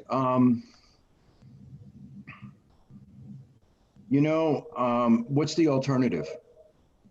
I mean, Alex laid it out that this kind of monetizing these things is really leading to, dangerous changes in social fabric, and which everybody recognizes. And I'm not quite sure how one can, frankly, regulate them. So I'm at a loss as to what the alternative is, or alternatives are. I haven't researched it, haven't read up on it, how other cities are handling it. But I mean, it's hit every city everywhere. Every successful city, it's hitting everyone. So I don't really know. I think that it is true that you'd be laying a tremendous burden on the Board of Appeals. And you'd be laying a burden on them without really very clear standards, which the standards which have been proposed are frankly, they're too vague. And I'm not sure how far one can go in the law to limit the number of STRs within a certain framework. Other than that, I know it sounds mealy-mouthed and indecisive, but frankly, I don't need to make a decision tonight. But I think it's, I mean, I really very much sympathize with Alderman Tierney's position here. I mean, there really needs to be a solution. And I'm not sure what that solution is. And I've heard from my fellow commissioners as to their doubts that laying this onto the Board of Appeals is the proper way to go, at least without absolutely objective, measurable standards by which they can decide. Hey, Mr. Waldman, and I'm going to share what Mr. Waldman had written, because he brought up some good points that we had read in there. And he just said those, except I want to point out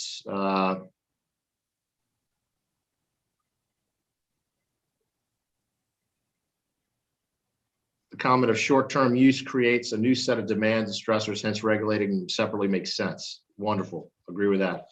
Third, the standards attached to the new use special exception must be stated. He just said that, and it's wishy-washy. And also to give that to the Board of Appeal, and to give that to any entity on such a high level that we can expect is going to be a lot of work. I don't think they would actually have the bandwidth to cover that. And there's other dwellings in other residential zones, which might be or will be turned into short-term rentals. I brought this up at the last meeting of, how about applying this to other zones, and that was not looked upon favorably because it would then increase the scope of this legislation, and the ability of it to get through would therefore be prohibitively restricted. Also, there was a legal item brought up there for special exceptions. What would the legal office think? Would this legislation somewhat override the rights of special exception? Can we hear a comment from the legal office, what they think to that? And I know I just threw that up there. Hopefully, and it's right down here. You want to read that paragraph, Joelle, or any other legal advisement we have on hand?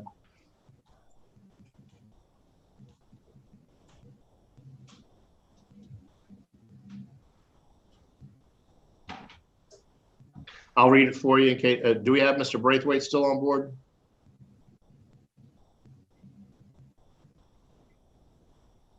I think not. Okay. However, the contradiction between the legal rights of special exception and this ordinance must be resolved and suggest to be referred to the Office of Law. I agree with that statement as something we should do with this item. However, short-term rentals are already out there, pretty much, and something needs to be done to curtail it. This puts something out there. It's not the right thing, I don't think. It's not the best way to do business.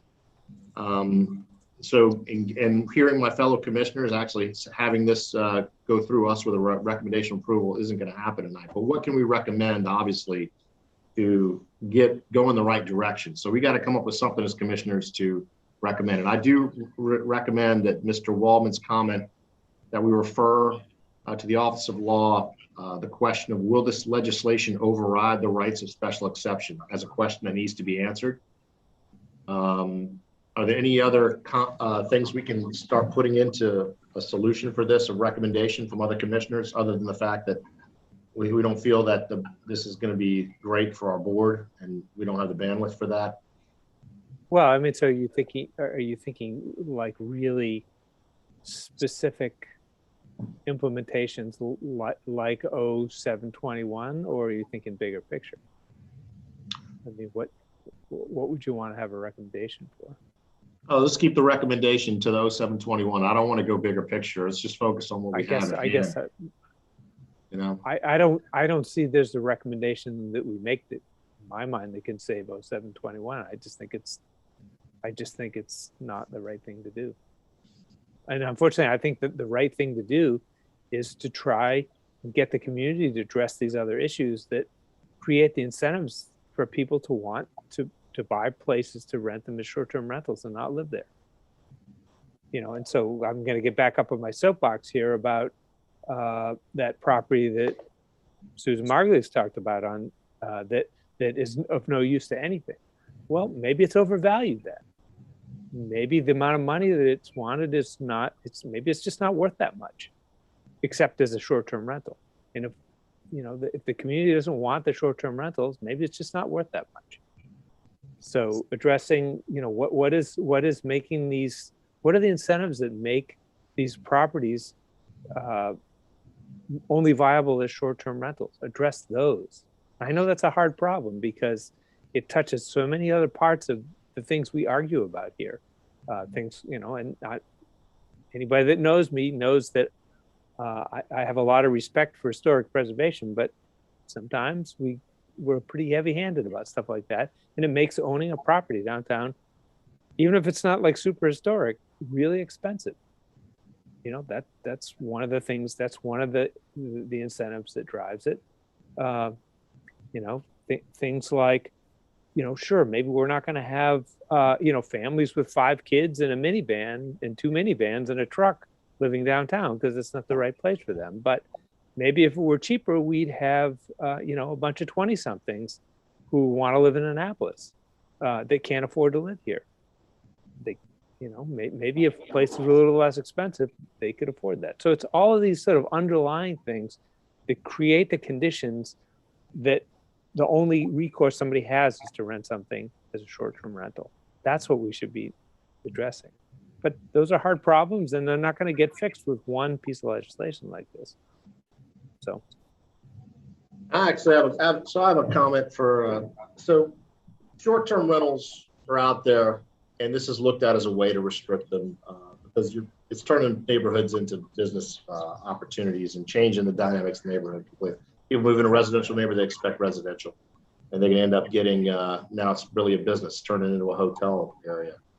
But going this route to make a special exception have to be heard. That's too much work for that board to do. I can't go along with that being the case, but I'm with the people that are complaining that we got to do something. Oh, I get you. I'm very, very sympathetic to what the issue is. I think it's I mean, clear. that's almost I want to approve this just to do something, and we change later. But it's not in a finalized mode or the right way. I hate to say it, it really isn't. Ms. Tierney, you had something. I want to go ahead and let you speak for a second. Well, yeah, just a couple of things. I think we're, well, number one, we don't have the luxury of waiting for the systemic changes. As far as housing affordability, there's a lot of issues that are causing that. You know, but one could say that the short-term rental market is also plateauing these prices at a high point. You know, we did get a glimpse of that during the pandemic when some of them closed, for lack of a better word, and went on the market, and they did have to reduce the price, and a young couple moved into one of them. I mean, that's a success story, you know. So you could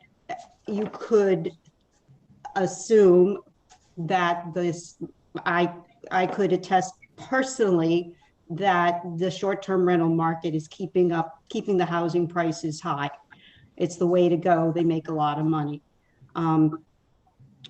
But my frustration is that I'm introducing a tool that is in the code. And let me just reiterate by rereading the whereas clauses. Section 2140 of the Annapolis City Code states that the C1A Special Conservation Residence District is designed to preserve neighborhoods that have been identified at risk in the Annapolis Comprehensive Plan, as amended through and included amendments to the Ward 1 sector study, et cetera, et cetera. At-risk neighborhoods are identified in being significantly impacted by at least two of the following characteristics. And there's a reason for me reading this: a growing number of non-conforming uses, unmaintained buildings or lots, traffic volumes inconsistent with strictly residential land use, and other adverse impacts. So therefore, whereas the city code sets forth permitted and non-permitted uses in these zones. And these non-permitted uses, this is in the city code presently, these non-permitted uses in this C1, C1A, and R2 NC zones include, but are not limited to, apartments, hotels, bed and breakfast homes, multifamily dwellings, and inns. And the next whereas clause, which connects the dots here, non-owner occupied short-term rental properties are income-producing properties that are used as commercial businesses, and as such should not be permitted in the R2 NC, C1, and C1A special conservation residential districts without special exception approval, as is required of all other non-permitted uses. So I am simply introducing a process that's in the city code for non-conforming uses in these zones. I'm not introducing anything new. I'm not banning them. They are very simply identified now, and Dr. Nash will concur. She said to me, I agree, these should be treated differently as income producing properties, therefore a non-conforming use. A non-conforming use in a conservation zone has to go through a special exception process. So we're relitigating something that's already in the code for this identified use. That's my factual response. As far as my emotional response, having lived there, the neighborhood is almost lost. And unlike Susan Margulis, I'm not going to write off residents, living downtown residents in the conservation districts, just because economically it should be more a hotel or a motel area. I am here to save a neighborhood. The other day, I got a call from, there's a woman, Mary, that in my old neighborhood. I don't live there anymore. Mary had a stroke. She's in her 70s. She was a Naval Academy nurse, and she goes and she swims every morning.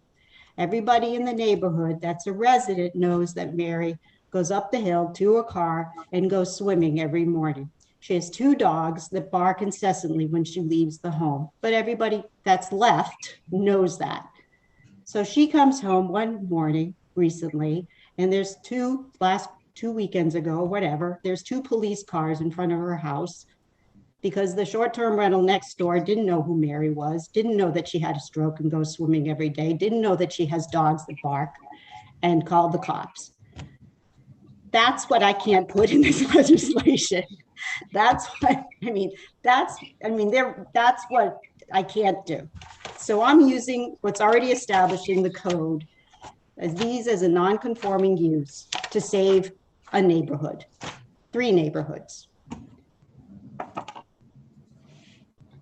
This is all I got. We're bleeding. Even with the legislation that passed 07, whatever it was, a year ago, over 130, let me repeat, 130 applications have come in for short-term rentals. We can't delineate whether they're non-owner or owner occupied, but that just tells you how many of these are coming in. If there isn't something now to manage this, we're going to lose the neighborhood.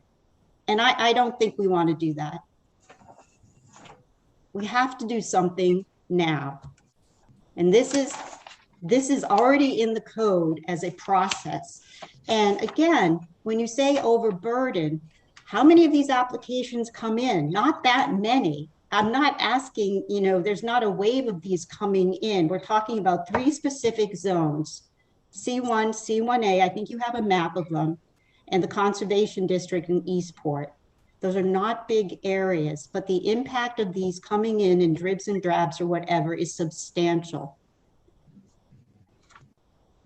Okay. So it's the best I can do. Okay. Thank you very much for that testimony, Ms. Tierney. Any other comments from the commissioners?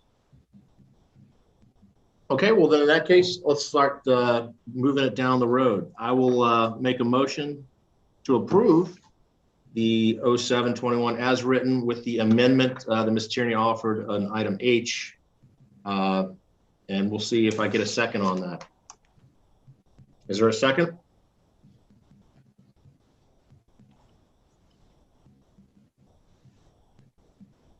Not hearing a second, the motion does not carry. On to more discussion and another motion. Does anyone else have another motion?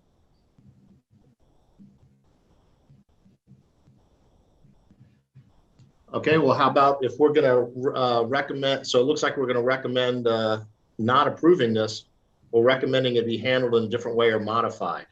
Which way would you guys like to go? Would you like to actually go the way of recommending it not be approved, or would you actually recommend modification through items with the Office of Law that we discussed and other issues? Because we have to come up with something, either and if we don't approve or deny, which we've done that with prior legislation, we can make recommendations. And one of them would be finding out, determining that item with the Office of Law that I showed you earlier. If you decide whichever way you go, approval, denial, or no action, you might still make the recommendation that standards need to be set, need to be clear. So whomever makes the decision can make the decision and everybody knows what the rules are. That's the only observation I could make here. I would agree with that.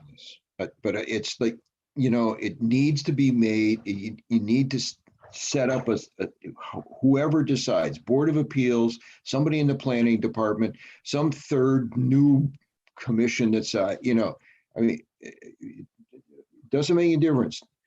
City Council needs to decide how many is too many. What are the rules to determine whether an STR is going to fit in a certain neighborhood with respect to parking or with respect to number of complaints that are made over a period of time, whether they want the license to flow upon the sale of the property. Because that would be one way to reduce the value of the property. If the license doesn't go with it and they would have to reapply, I mean, that's a certain cost, but to come up with some very clear things so that when that weighing process is made of a quote, community need versus a community detriment, there are very clear things to look at. Okay, I mean, I just think that there's there's been a lot of discussion about what makes a good STR and a bad STR. That's my only comment. Thank you. Thank you, Mr. Wallman. So write the findings either. Somebody else has to write the findings. Yeah. So it looks like we're going to end up in the same place as we did with the changing and allowing zones for medical cannabis dispensaries, where we neither recommend approval or deny, but we have some recommendations and concerns that go along with the legislation. I think that's the way to go. Does anybody disagree with that? No, I think that's as weaselly as that appears. I mean, you can make a motion to recommend that this legislation does not be passed by the city council on the whole. You can also, and then we can see if there's a second for that and go that route. Well, I mean, I think we've shared our concerns, and I do happen to agree with Ellie about the information in the whereas clause, and this being a it's kind of a non-conforming use as it's said there, but I just don't think that's strong. That's not strong enough to sway me in that direction, but I appreciate that. That's why I'm sort of falling in the halfway Weasley zone, if you will. Halfway. I was going to make another comment, but I won't. So anyway. Okay, so we're on to the second best option I think Ms. Tierney could hope for, is where we're not going to recommend denial of legislation. We're going to recommend that the legislation take on these considerations, and the considerations being one, the Office of Law needs to weigh in on whether this handling this overrides the special exception ability. Also, number two. Oh, can I, oh, wait a minute. I'm sorry, I need to clarify what I just said. Yeah. Hold on, Ms. Tierney. And number two, Mr. Klein, do you have some we can add to that so we can get something good to write down? That there should be clear and objective standards. Okay, that's my number one, actually, clear and objective standards. So we have clear and objective standards. Office of Law weigh in, and would special exception be overridden by this legislation? I think there's probably something in the thing that Bob submitted that there were some good points in there. Yes. I can't recall. I don't have it sitting in front of me, but I do. If I could make a procedural suggestion, and that is Go ahead. That it sounds as if the decision is neither approval nor denial, but that there are considerations that we want City Council to make, and that somebody put their hand at writing the findings, and then you guys could vote on it next time. So I'll raise my hand to write that. Okay. All right, Mr. Klein, you're going to have the hand on writing the findings on this, and I will also send you, if you haven't already written them down, the notes we just made, and also attach Mr. Waldman's comments for the short-term legislation for considerations. I have those. I have those. You don't have to send those. Okay. I have them. I just don't have them in front. Well, then you got it. So we'll be neither. We won't be. It'll be just like what we just passed for medical cannabis. Yeah. So I make a motion to do what you just said. Okay, I'll second the motion to neither approve or deny, to recommend neither approval or denial of the legislation, but to have the City Council and Ms. Tierney consider these a set of recommendations from the Planning Commission that we will be drafting into findings and reference to, and not bold and just to, the special exception versus this legislation, a fully more defined set of standards, number of STRs in a neighborhood, also the possible amendment to the legislation regards to need versus detriment and others. That's what I second. Is there any discussion on that second? So is that your motion? That's a long motion. Yeah, I know. It's what I just said. So, Mr. Pline, do you agree with that? That long-winded amendment to your motion? Yes. Okay. So there we go. So are you, I'm sorry, just so do you want all of that in the motion, or do you just want to say that you move neither to approve or deny, but recommend that the city council consider the recommendations detailed in the findings? Is that what you? I think that's appropriate. Thank you, Ms. Hook, for bringing us back to reality and procedure. Tammy Hook for president and commission chair. All right, thank you, Ms. Hook. That's motions on the floor. Any discussion? All those in favor say aye. Aye. Aye. Opposition and abstention, Mr. Waldman. The motion passes. Thank you very much. I just have a quick question. Sure, go ahead. The motion Yeah, what does the law office have to weigh in on, since they were involved in the writing the legislation and the amendment? Clarification on the special exception and would this override? I'll read it from the. It's actually stop share that. Ms. Tierney's question is apt. I mean, I didn't state clearly what I was thinking, and I think that since the legislation's been reworked, it may be irrelevant. But let's deal with that in the findings. I'm really not sure what it is that it struck me at that time. Actually, I think that the problem is that the license running, the special exception approval running with the land. That's the thing that was bothering me. That's right. The thing Does that contradict the other legislation on short-term rentals? I think that was the question. So about the license, how does the license travel? Whether that license travels with the sale. I was mentioned. It does. We can get clarification on that. Okay. All right. Good. Mr. Chairman, could I make a suggestion? Sure. That the amendment, that the agenda be modified at this point to hear the site design plan review, which these people have been waiting on, and then we can go to the other things. And you're reading my mind. I was going to make the same suggestion. Which goes to asking Sally. Sorry, I got to plug my computer in. Sally, are we able? Is it going to really hose us capital improvement plan time-wise if we do that? I think it's important to get the people that have shown up. We need to hear the CIP. It has to get approved by a certain time. I'm sure they can make a brief presentation. All right, and we can do that after we see the people that are already here, since it's getting late. Are you okay with that? We'll hear it tonight, but just after we hear the site design review for the people who are here in dwellings above. Yeah, I think that we can skip or postpone the legislation for dwellings above, if that's okay with you. But I would like those people to be able to go if, we could tell them if that's okay with you to postpone it.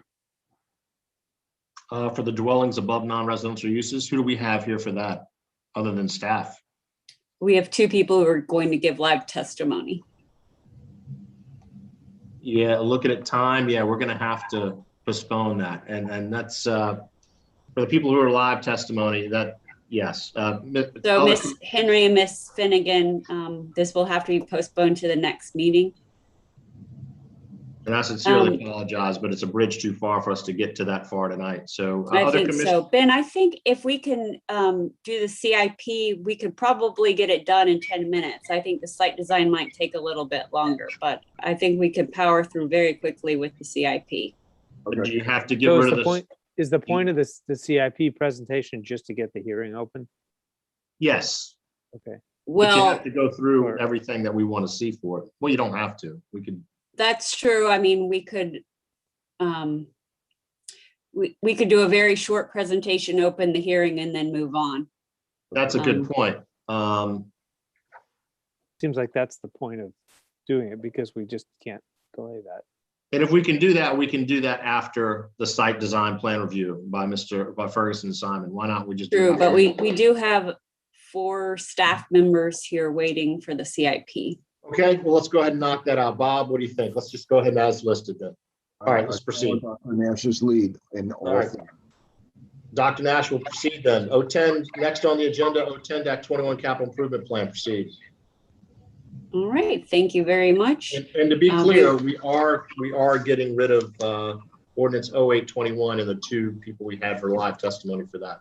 And with Yes, Sophia, so we will postpone that to the next meeting on May 20th. and we really apologize to those people. I'm sure they want to take us out right now, but this is the way it is. All right, capital improvement plan. Right, so I will just hand it off to the Director of Public Works, who you have met before, Mike Johnson. Thank you, Dr. Nash. Good evening, commissioners, and I see some members of council as well. Julian, could you load the presentation, please? I'm taking my cue from the chair. I'm going to just touch on the high points of the CIP, and if there are any specific questions, I'll be more than glad to answer those. And please keep in mind that all of the commissioners here are very familiar with the CIP. Every year we go through this, so just take that. Thank you. Okay. I just want to thank Mike for coming and thank Jody and Katie from the finance department as well for coming tonight. And I believe that Marsha Patrick from Public Works is here too. She's just not on camera. So thank you all so much for coming. Sure. Julian, can you load the deck? It's loading right now for you, Mike. Hang on. Okay, thanks.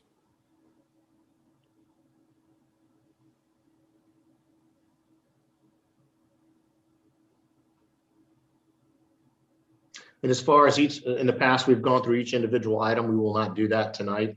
We can ask that at the next meeting if for the items that we have questions upon. Okay, that's perfectly fine. Thank you.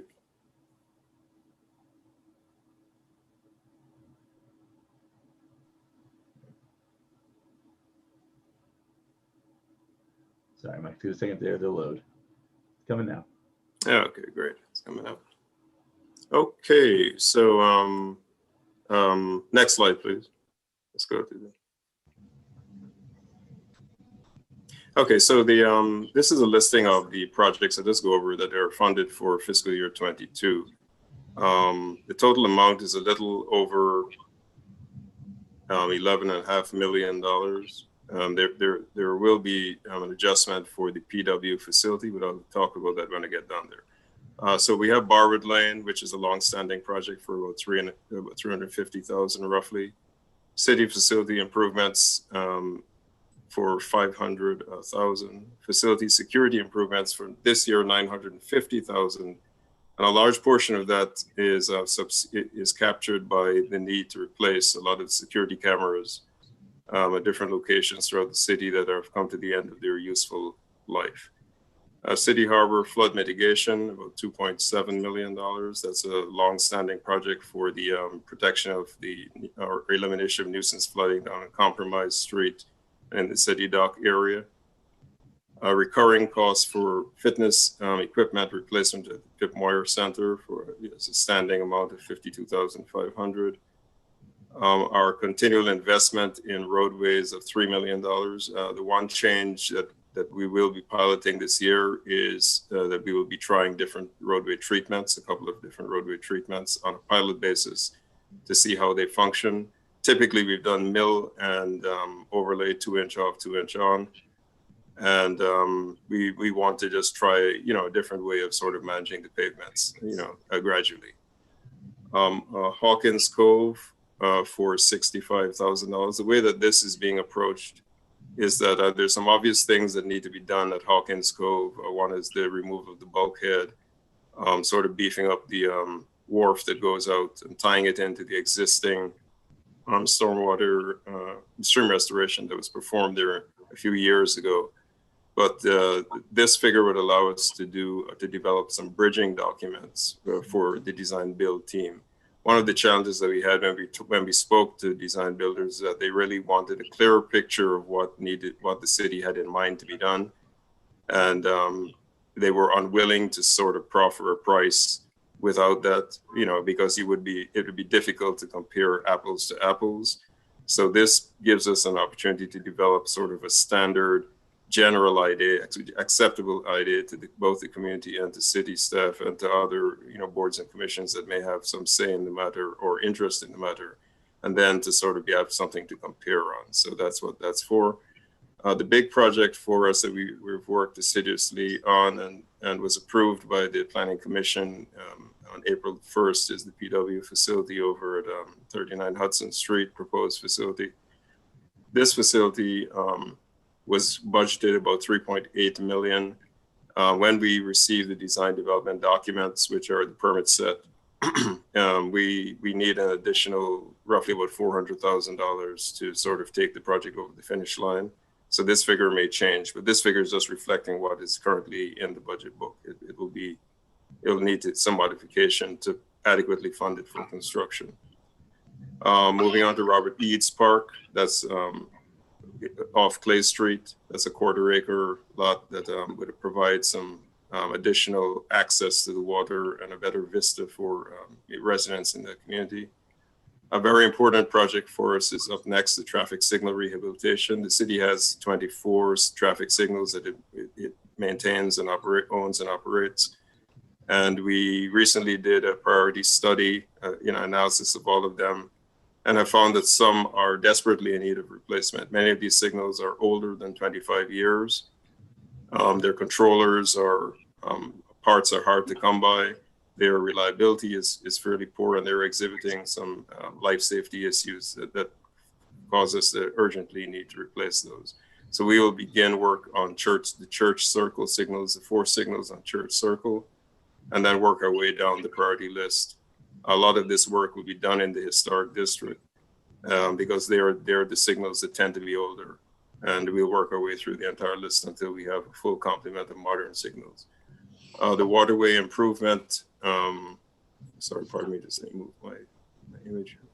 Waterway improvement funding, that's money that's used to largely provide additional access to water, new repair to bulkheads, things of that nature. And that's 263,000 roughly. And finally, the Weems Wayland Field. This money here is for additional due diligence environmental efforts, analyses that are needed to get a mitigation strategy that is acceptable to MDE, Maryland Department of the Environment. We're optimistic that we will get that from them soon. And then we will, our plan is in fiscal year 23 to move forward with the actual remediation work. And I think that kind of sums it up. I'll open it up to any questions. And I hope I'm sort of on time with your schedule. You are. Hawkins Cove, 65,000. What does that include? That's a bridging document that will allow a concept, a fairly detailed concept plan to be developed for that. And it will serve as the basis for the design build team to develop, construction documents for building purposes. Okay. And the City Harbor flood mitigation out of that 2.6 million, how much of that is actually physical change rather than design and engineering? This is to fund the physical change. The design has been completed. I think it will be ready for bidding a little later this year. And we recently also received our FEMA grant, so we have a good, adequate amount of money to move forward with this. We're coordinating this very carefully with the AMRP group that is also doing work on City Dock to make sure that we're gaining efficiencies where we can. And that City Harbor flood mitigation, that whole plan, is that going to complete the downtown flood mitigation or no? We're still sort of trying to get additional partners, the Fleet Reserve and some other properties to see if they're interested in participating in this. And then this would allow us to dictate the limits that would be protected from the rising sea levels. But that's something that we're working on very assiduously. That gets us the majority way there to be a It does. It does. Yes, it does. That's all I have. Anyone else? So I have a question about the Weems Whalen Field. Is that just the field itself, or is that sort of the mitigation of the whole former public works site? It was the mitigation of the site that was many years ago, I think in the 40s, an incinerator site, like a dump site for ash. So that's basically where the field is. It Yes, stops with that playing. correct, Okay. and that will be deed restricted and for use as a play field, but it needs a cap of some form. That's what we need to figure out. Is it an earth cap, a clay cap, or something else that's needed? You mean to tell me Weems Whalen Field underneath that it's completely an ash incinerator? It was in the forest, not untypical in older cities. Before the EPA came along, it was just you buried your trash and you buried your ash without any consideration of the chemical composition of what was in it. Right. So but trash was also buried there, or just ash? I think it was ash from what I've read. I mean, I think based on what I've read, it was largely, they burnt it and then they buried the ash there. Okay, thank you. And then on the general roadways, here's a suggestion for you. Don't pave Segelkin Lane in West Annapolis behind the new 106, 108 Annapolis Street development that we approved. And I brought this up, I think was before you came on board, is that I don't think that needs to be paved. That could be something much, much less cheaper. And, okay. So keep that in mind. It might be a good candidate for one of our pilots for a different treatment. We'll take a look at it and see and make that. Basically in West Annapolis, nobody wants pavement back there except possibly the property owners. So anyway. I see. Okay. Thank you. With respect to traffic signals, are you are they going to be modernized to the extent that they can be programmed together and so forth? I'm not so certain that one of the challenges is that we use different equipment are you speaking like being able to communicate with the Anne Arundel County signals? Like, so we have like a regional sort of network of signals. Mm-hmm. Is that what you're asking? Or even just amongst themselves? Among themselves. I mean, they probably would be able to communicate among themselves. I'm not sure that you would gain a lot of efficiencies that way. Like when you're looking at that, there's some benefit in sort of regionalizing the synchro models, the models for queuing, because if you have things like on Church Circle, there's a lot of as I saw in the presentation to I guess it was the Historic Preservation Commission.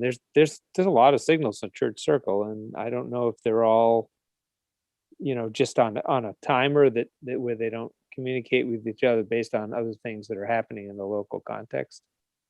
Their timing would be adjusted so that you get a proper movement of traffic, an efficient movement of traffic through. I thought you were speaking more on a wider scale. Well, yes, the ones that we modernized would be locally coordinated, but they may not be able to communicate with Anne Arundel signals. So Mr. Waldman, Mr. Pline's question, I'm going to lump that into one sentence. Will the traffic signal rehabilitation encompass both linking our signal system communication to the counties and also allow real-time modification of our traffic signal timing on a daily basis? That I'm not 100% sure that they will be able to do that. I think that might be that we're using different equipment, and I'm not sure that they may be able to talk to each other seamlessly. And because it was brought up in the past, if we had a signaling system, and I know it would be expensive, that could be real-time change to accommodate fast changing events. Let's say the Bay Bridge gets backed up, and then we have a massive traffic going by the stadium, out over the bridge, over the Severn, and how would we react to that as a city? So that's what I'm consideration. Right. I would even raise the question: do we even need traffic signals on Church Circle? I think we do. I think they were put in. it's probably an unpopular comment, but For pedestrian, maybe? no, I mean, right. Well, you could have It's a pedestrian. big signals, but roundabout. I see what you're getting at. it's a big roundabout, and I think sometimes the signals cause more problems than they solve. That's a good point. My opinion. You know, I'm not a traffic engineer, but if you didn't need them, you could save a heck of a lot of money. We could. Perpetuity. I think they had been put in because of past accidents. I mean, I was told by our engineering group that there used to be a lot of accidents there, and the signals seem to have eliminated those. But Well, maybe the road design is wrong then. could be. Just saying. Yeah. Okay, I don't want to belabor this longer than we have to. Do you think that this program here will go as far as Eastport? Or do you think in this fiscal year, it's not going to get that far? Is that the paving? No, there's traffic signals. The signals, no, it won't get that far as Eastport this year. Okay. Well, their signals the signals out there had a lower priority for repair. So okay, we're sort of working at the ones that are most critical first and working our way through that. One of the things that came out from the Eastport Forest Drive sector studies and so forth was exactly what Mr. Pline asked. Two things. One, synchronizing with the county's Forest Drive, and secondly, being able to move things, traffic in and out of Eastport. And thirdly, in the case of emergencies, being able to change the timings. But I think we're ahead of the fiscal year here. Anyway, that's a note to make from before your time. Okay. Thank you. Make myself know. Thank you. Thanks. Any other questions of the staff? And Mr. Johnson, will you guys be here at the next hearing? We will. Yes. Okay. I also ask questions then. In that light, I have no further questions, and the commissioners. No further questions. We will then open the public hearing for the capital improvement program, and also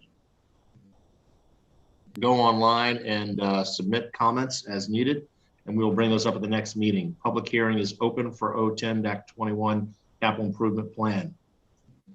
We will now move on to R2NC site design plan review. Actually, hold on. Is Sally and Jackie, no public persons here to comment on the capital improvement program?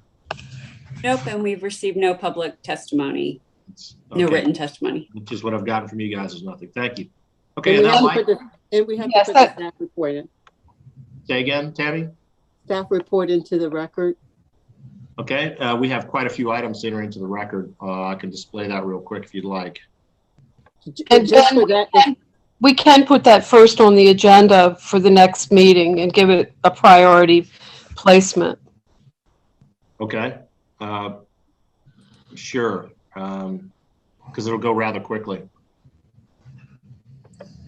it's just the staff report that needs to be put in for that agenda Okay, item. well, let's enter that into the record, the staff report for 010-21 as item C1.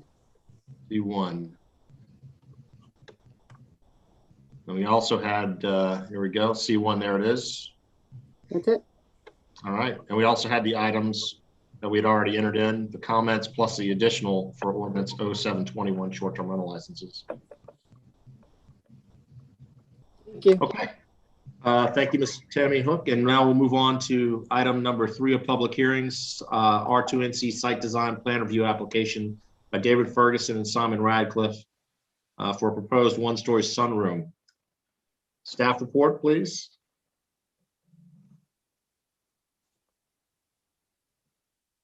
Good evening, Mr. Chair. My name is Kevin Scott. I'm Senior Planner with the Department of Planning and Zoning. This is a duplex in the R2NC district, and the total combined floor area between the two duplex units is more than 3,250 square feet. So as such, this one unit, even though it's less than 3,250, the whole structure is more than 3,250, requires planning commission review. And the applicant is proposing a 15 by 16 foot sunroom addition on the back of their unit. And that's why we're here, sent out for agency review or public notice. and we've received a number of comments in support of the application. I have staff report dated April 27th, going through all of the design criteria from 2140-060 and the related code sections, recommending approval of the application. And the applicant is here with a short presentation. If you have any questions. Oh, thank you for sending that stuff along a few weeks ago. Very good. Welcome. And I Thank you. sent a few other comments that we received, came over today. Yes. So, which were just public comments and support. Right.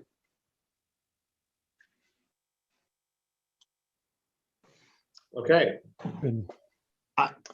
I have no questions from the staff, so we can move on with the presentation that was going to be given by the applicant. You bet. So this is David Ferguson. Thank you all very much for allowing us to present this evening, and thank you all for staying late this evening. The materials that I was going to present, and I realize Julian, I'm not sure I'm able to present at this point. There we go. Be David, nothing's changed. Yeah, here we go. So just a quick presentation for us and for our home. So this is our property. We are the right hand half of this duplex, 114 Chesapeake. And as we talked about, we are presenting or asking for approval to build a 15 by 16 foot sunroom addition on the back of our home. So basically an addition of 240 square feet to the property. It is, as Kevin said, relevant to the R2NC and exceeding the 3,250 square foot house total square footage. A couple of things just to point out is that from our perspective is that number one, there is no change to the front of the property, and the addition will not be visible from the front of the property. It's fully contained behind the house. There are a couple of things that we believe will help and improve and I've got a couple of slides that show the existing property and the proposed addition. But we believe that the addition will not only give us some additional square footage, but for our neighbor on the east side that we share a visible common backyard with, it will provide Dr. Matthews and Ms. O'Keefe with an improved view for the neighbors behind us, the Keetlers. It would also, although they do not look on our yard directly, it would be a same or improved view for them as well. We have, in working with Amy Taylor, who also has worked with us before when we did our major renovation on the property, we've ensured that the roofing materials, the structural elements, all are in keeping with the rest of the home. The window scaling and size are in line with what we have replaced when we rebuilt the home in 2014. And we'll also reuse a very visible or reuse an existing sliding door system and take that out to the new addition.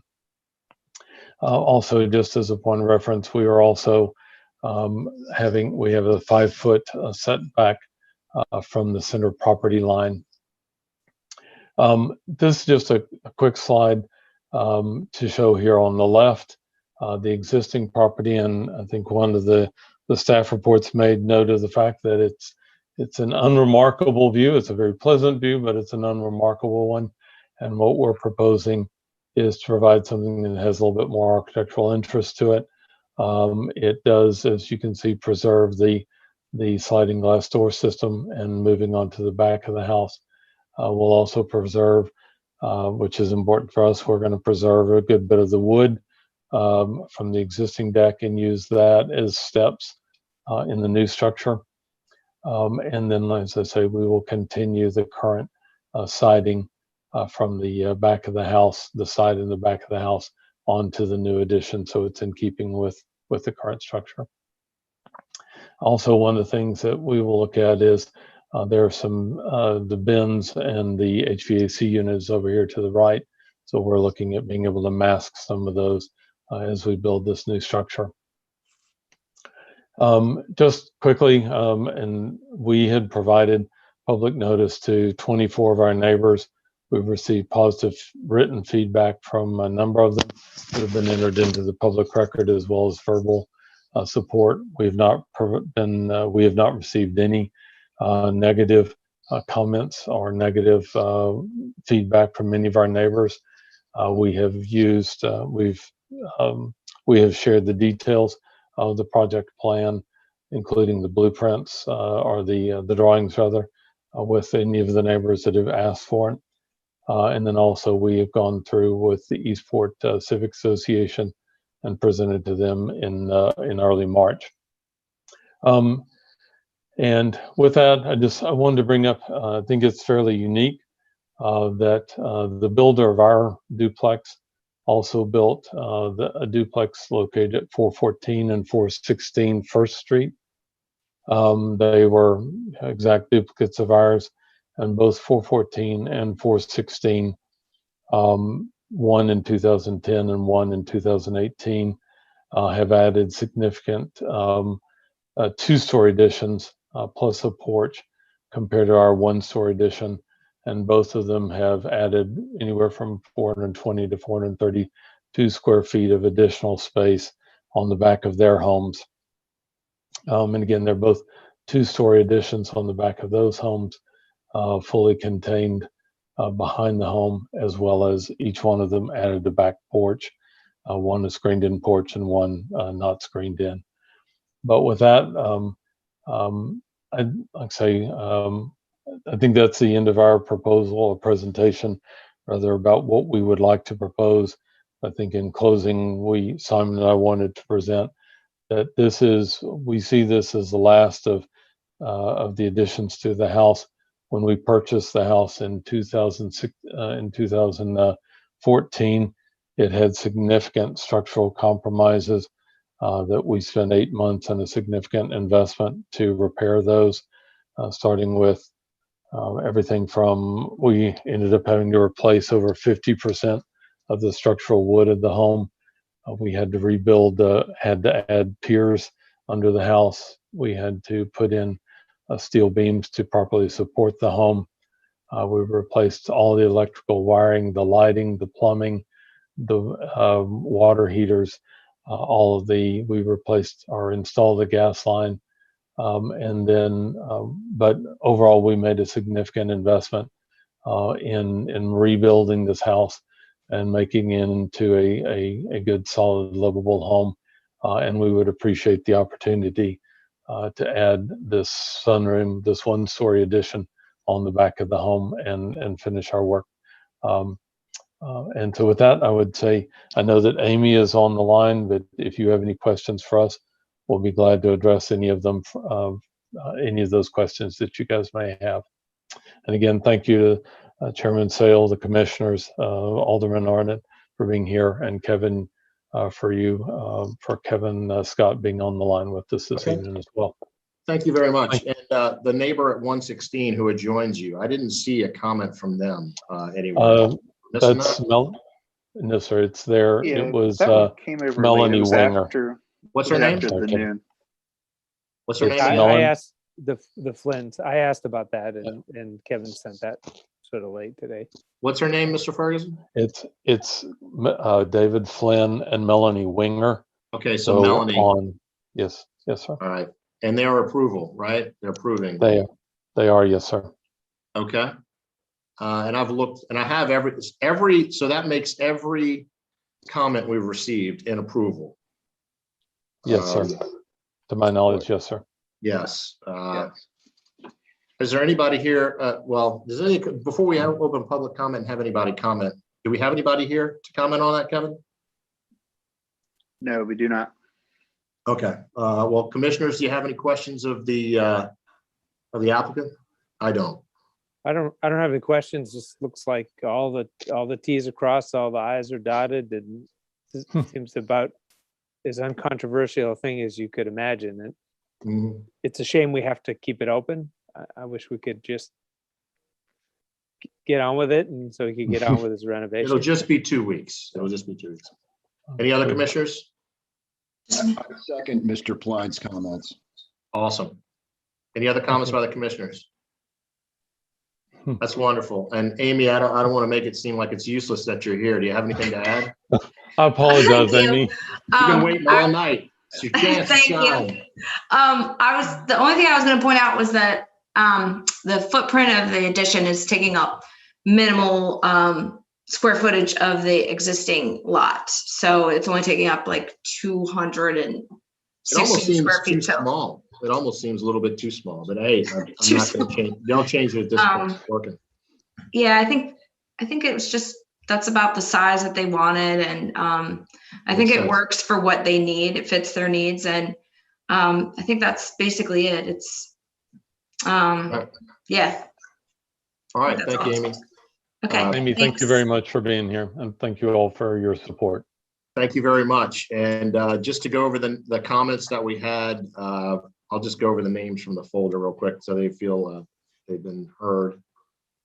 We've got Gregory and Vicky Shea, Leslie Matthews, Ted Garish, Dory Stack, Tom Welder, Dave Flynn, obviously Melanie Wenger. And they all recommend approval and no issues. And I think you've done a fantastic job of vetting this through the process with planning and zoning department. I have nothing else to ask of the applicant. The public hearing, the commissioners, do you have anything else before we open the public hearing? Public hearing is open for comment for the next 2 weeks, and we'll revisit this item at our next meeting. And all of the comments we received thus far were just mentioned. And if we have any other ones, we'll present them. That's all we have for item 3, R2NC site design plan review by Mr. David Ferguson and and Simon Radcliffe. Okay, thank you. You guys can log off, and we will now move on to Thank you. Miscellany from the staff that we need to catch up on in this meeting before we close out tonight. Okay, so I had sent out a meeting schedule for the summer of, who was going to be available for all the meetings. And I think that I've heard from everyone except Mr. Imes about his availability. So I did send a reminder today, but I wanted to make sure that all 4 of you who are here tonight are going to be here for the next meeting. Because I did not actually include the next meeting on the schedule that I started it in June. So is anybody not going to be here for the next meeting who's here tonight? I'll be here for the next one. Okay. And David, you will send me an email. Yeah, I have a family issue going on, so I'm not 100% sure of my schedule for the next couple months.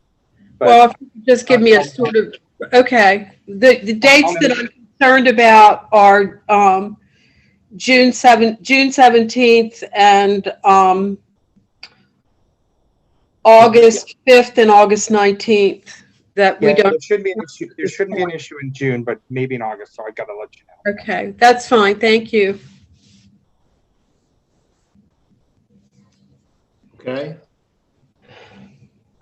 Any other? And we've gotten rid of short-term rental licenses. That's Alex Pline. You've got that for action for the findings.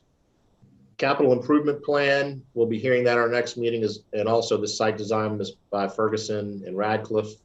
Sounds like a law firm. And we also will be opening up dwellings above non-residential uses at the next meeting. So on that one, I mean, we have what, 6 minutes left today? So very similar to the last one. 0821 seems about as uncontroversial as you can get. We could open it up, and just because we've lost the 2 people that were going to comment on it, they can come comment at the next meeting. Yeah, and I think if I remember correctly, they were both in favor. So I would say just hear the quick staff report and open it, and we could do that in the next 6 minutes. I think and then knock it off. I think it's a good idea. What about the rest of the commissioners? Well, we could open it and even hear the staff report next time. Okay, and Mr. Iams? That's fine. Let's go for it. Ordinance 0821. We're going to proceed with that. Proceed with the staff report. Yes. Okay. All right, good evening. This is ordinance 0821 or zoning text amendment 2021-006, dwellings above non-residential uses in the PM district. This would allow dwellings, as it's stated, above the ground floor, which is currently not a use in the PM zoning district, which is short for professional mixed office. So in my staff report, I show the areas of the city where we have PM, mostly in wards 2 and 3, some on Old Solomon's Island Road, much of it on along Old Solomon's, on West Street, on Legion Avenue, and West Street closer to the Circle, Westgate Circle. And you have some PM in West Annapolis as well. So based on my analysis, I think that it makes sense to include this use in the zoning district. We also would like to make some changes in the bulk regulations for this district because it's something that is never, we've always been confused by why the minimum lot width is so small. Almost very few of the lots in the PM zoning district conform to this setback. So it's always been confusing to us. So we recommend approval of the changes in this ordinance. Okay. Definitely needs, if it's confusing to you guys, it definitely needs to be changed. Well, there's a lot of things in the code that are confusing to us. So Yeah, precisely my point. So. Any questions? That was pretty straightforward. I'm going to voice a concern that I have, and we can discuss it next time. We don't need to discuss it tonight. But my concern is in that stretch along West Street, from wherever it is, Glen Avenue or wherever, to the cemeteries. Above that is a residential zone which has all kinds of some conservation elements built into it, so that you can't just demolish a building and then build something new, but you have to go through a lot of changes in order to do that. And I'm concerned that in that section of West Street, that we might lose those conservation elements, which have proven very beneficial to Germantown. So with that in mind, perhaps we'll continue the discussion next time as to some ways that we can incorporate those conservation elements. To the PM district? Well, it may be to the PM district. When you think about it, the PM district and Jackie, can you mute? Thank you. I got it. The PM district might disappear in West Annapolis. And then I can't remember where the other two are, along Legion Avenue. These things may all get incorporated into some better named and organized. There are very few around the town. So I'm not quite sure how to do it, but.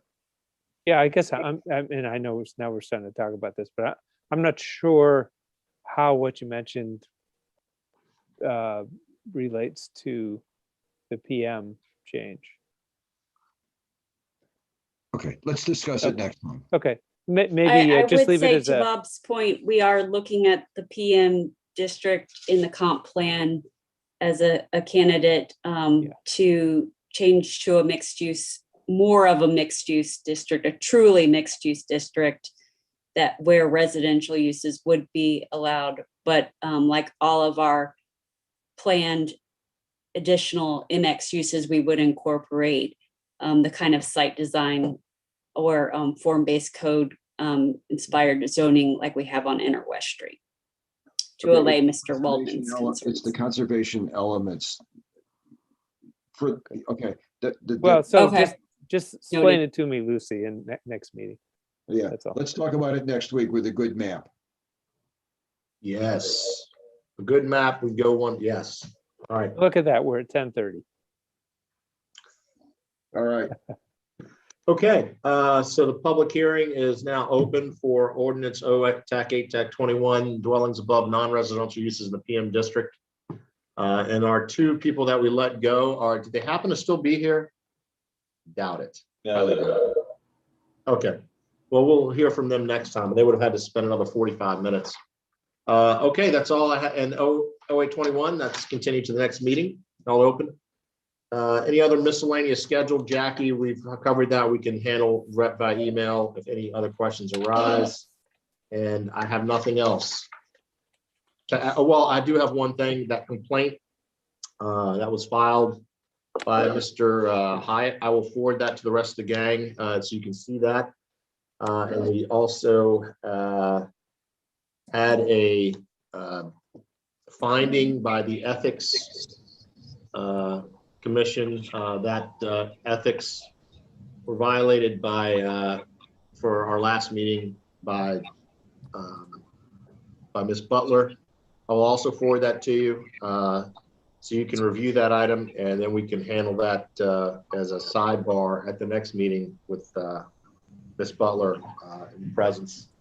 And we'll talk more about that with our legal counsel, see what, if anything needs to be done. Do you want those added to the agenda? I don't know yet. I think so. Let me know. I'm just giving advisement now. So it was, there's two items. Mr. Hyatt filed a complaint about comments made by Ms. Butler at the last, at the Maritime Task Force briefing.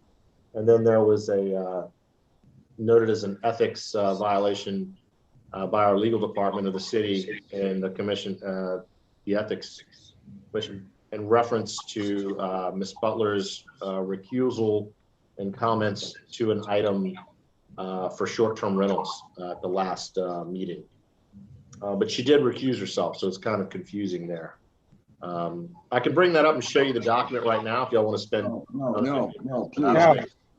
Just forward it. Just forward it on. We'll forward it on, and you can see that. Other than that, that's all I have. I'd like to move that we adjourn this wonderful meeting. Second. Let's been said. All in favor? Aye. Aye. Any opposition? Abstentions? No. Thank you very much. This meeting has been adjourned. Please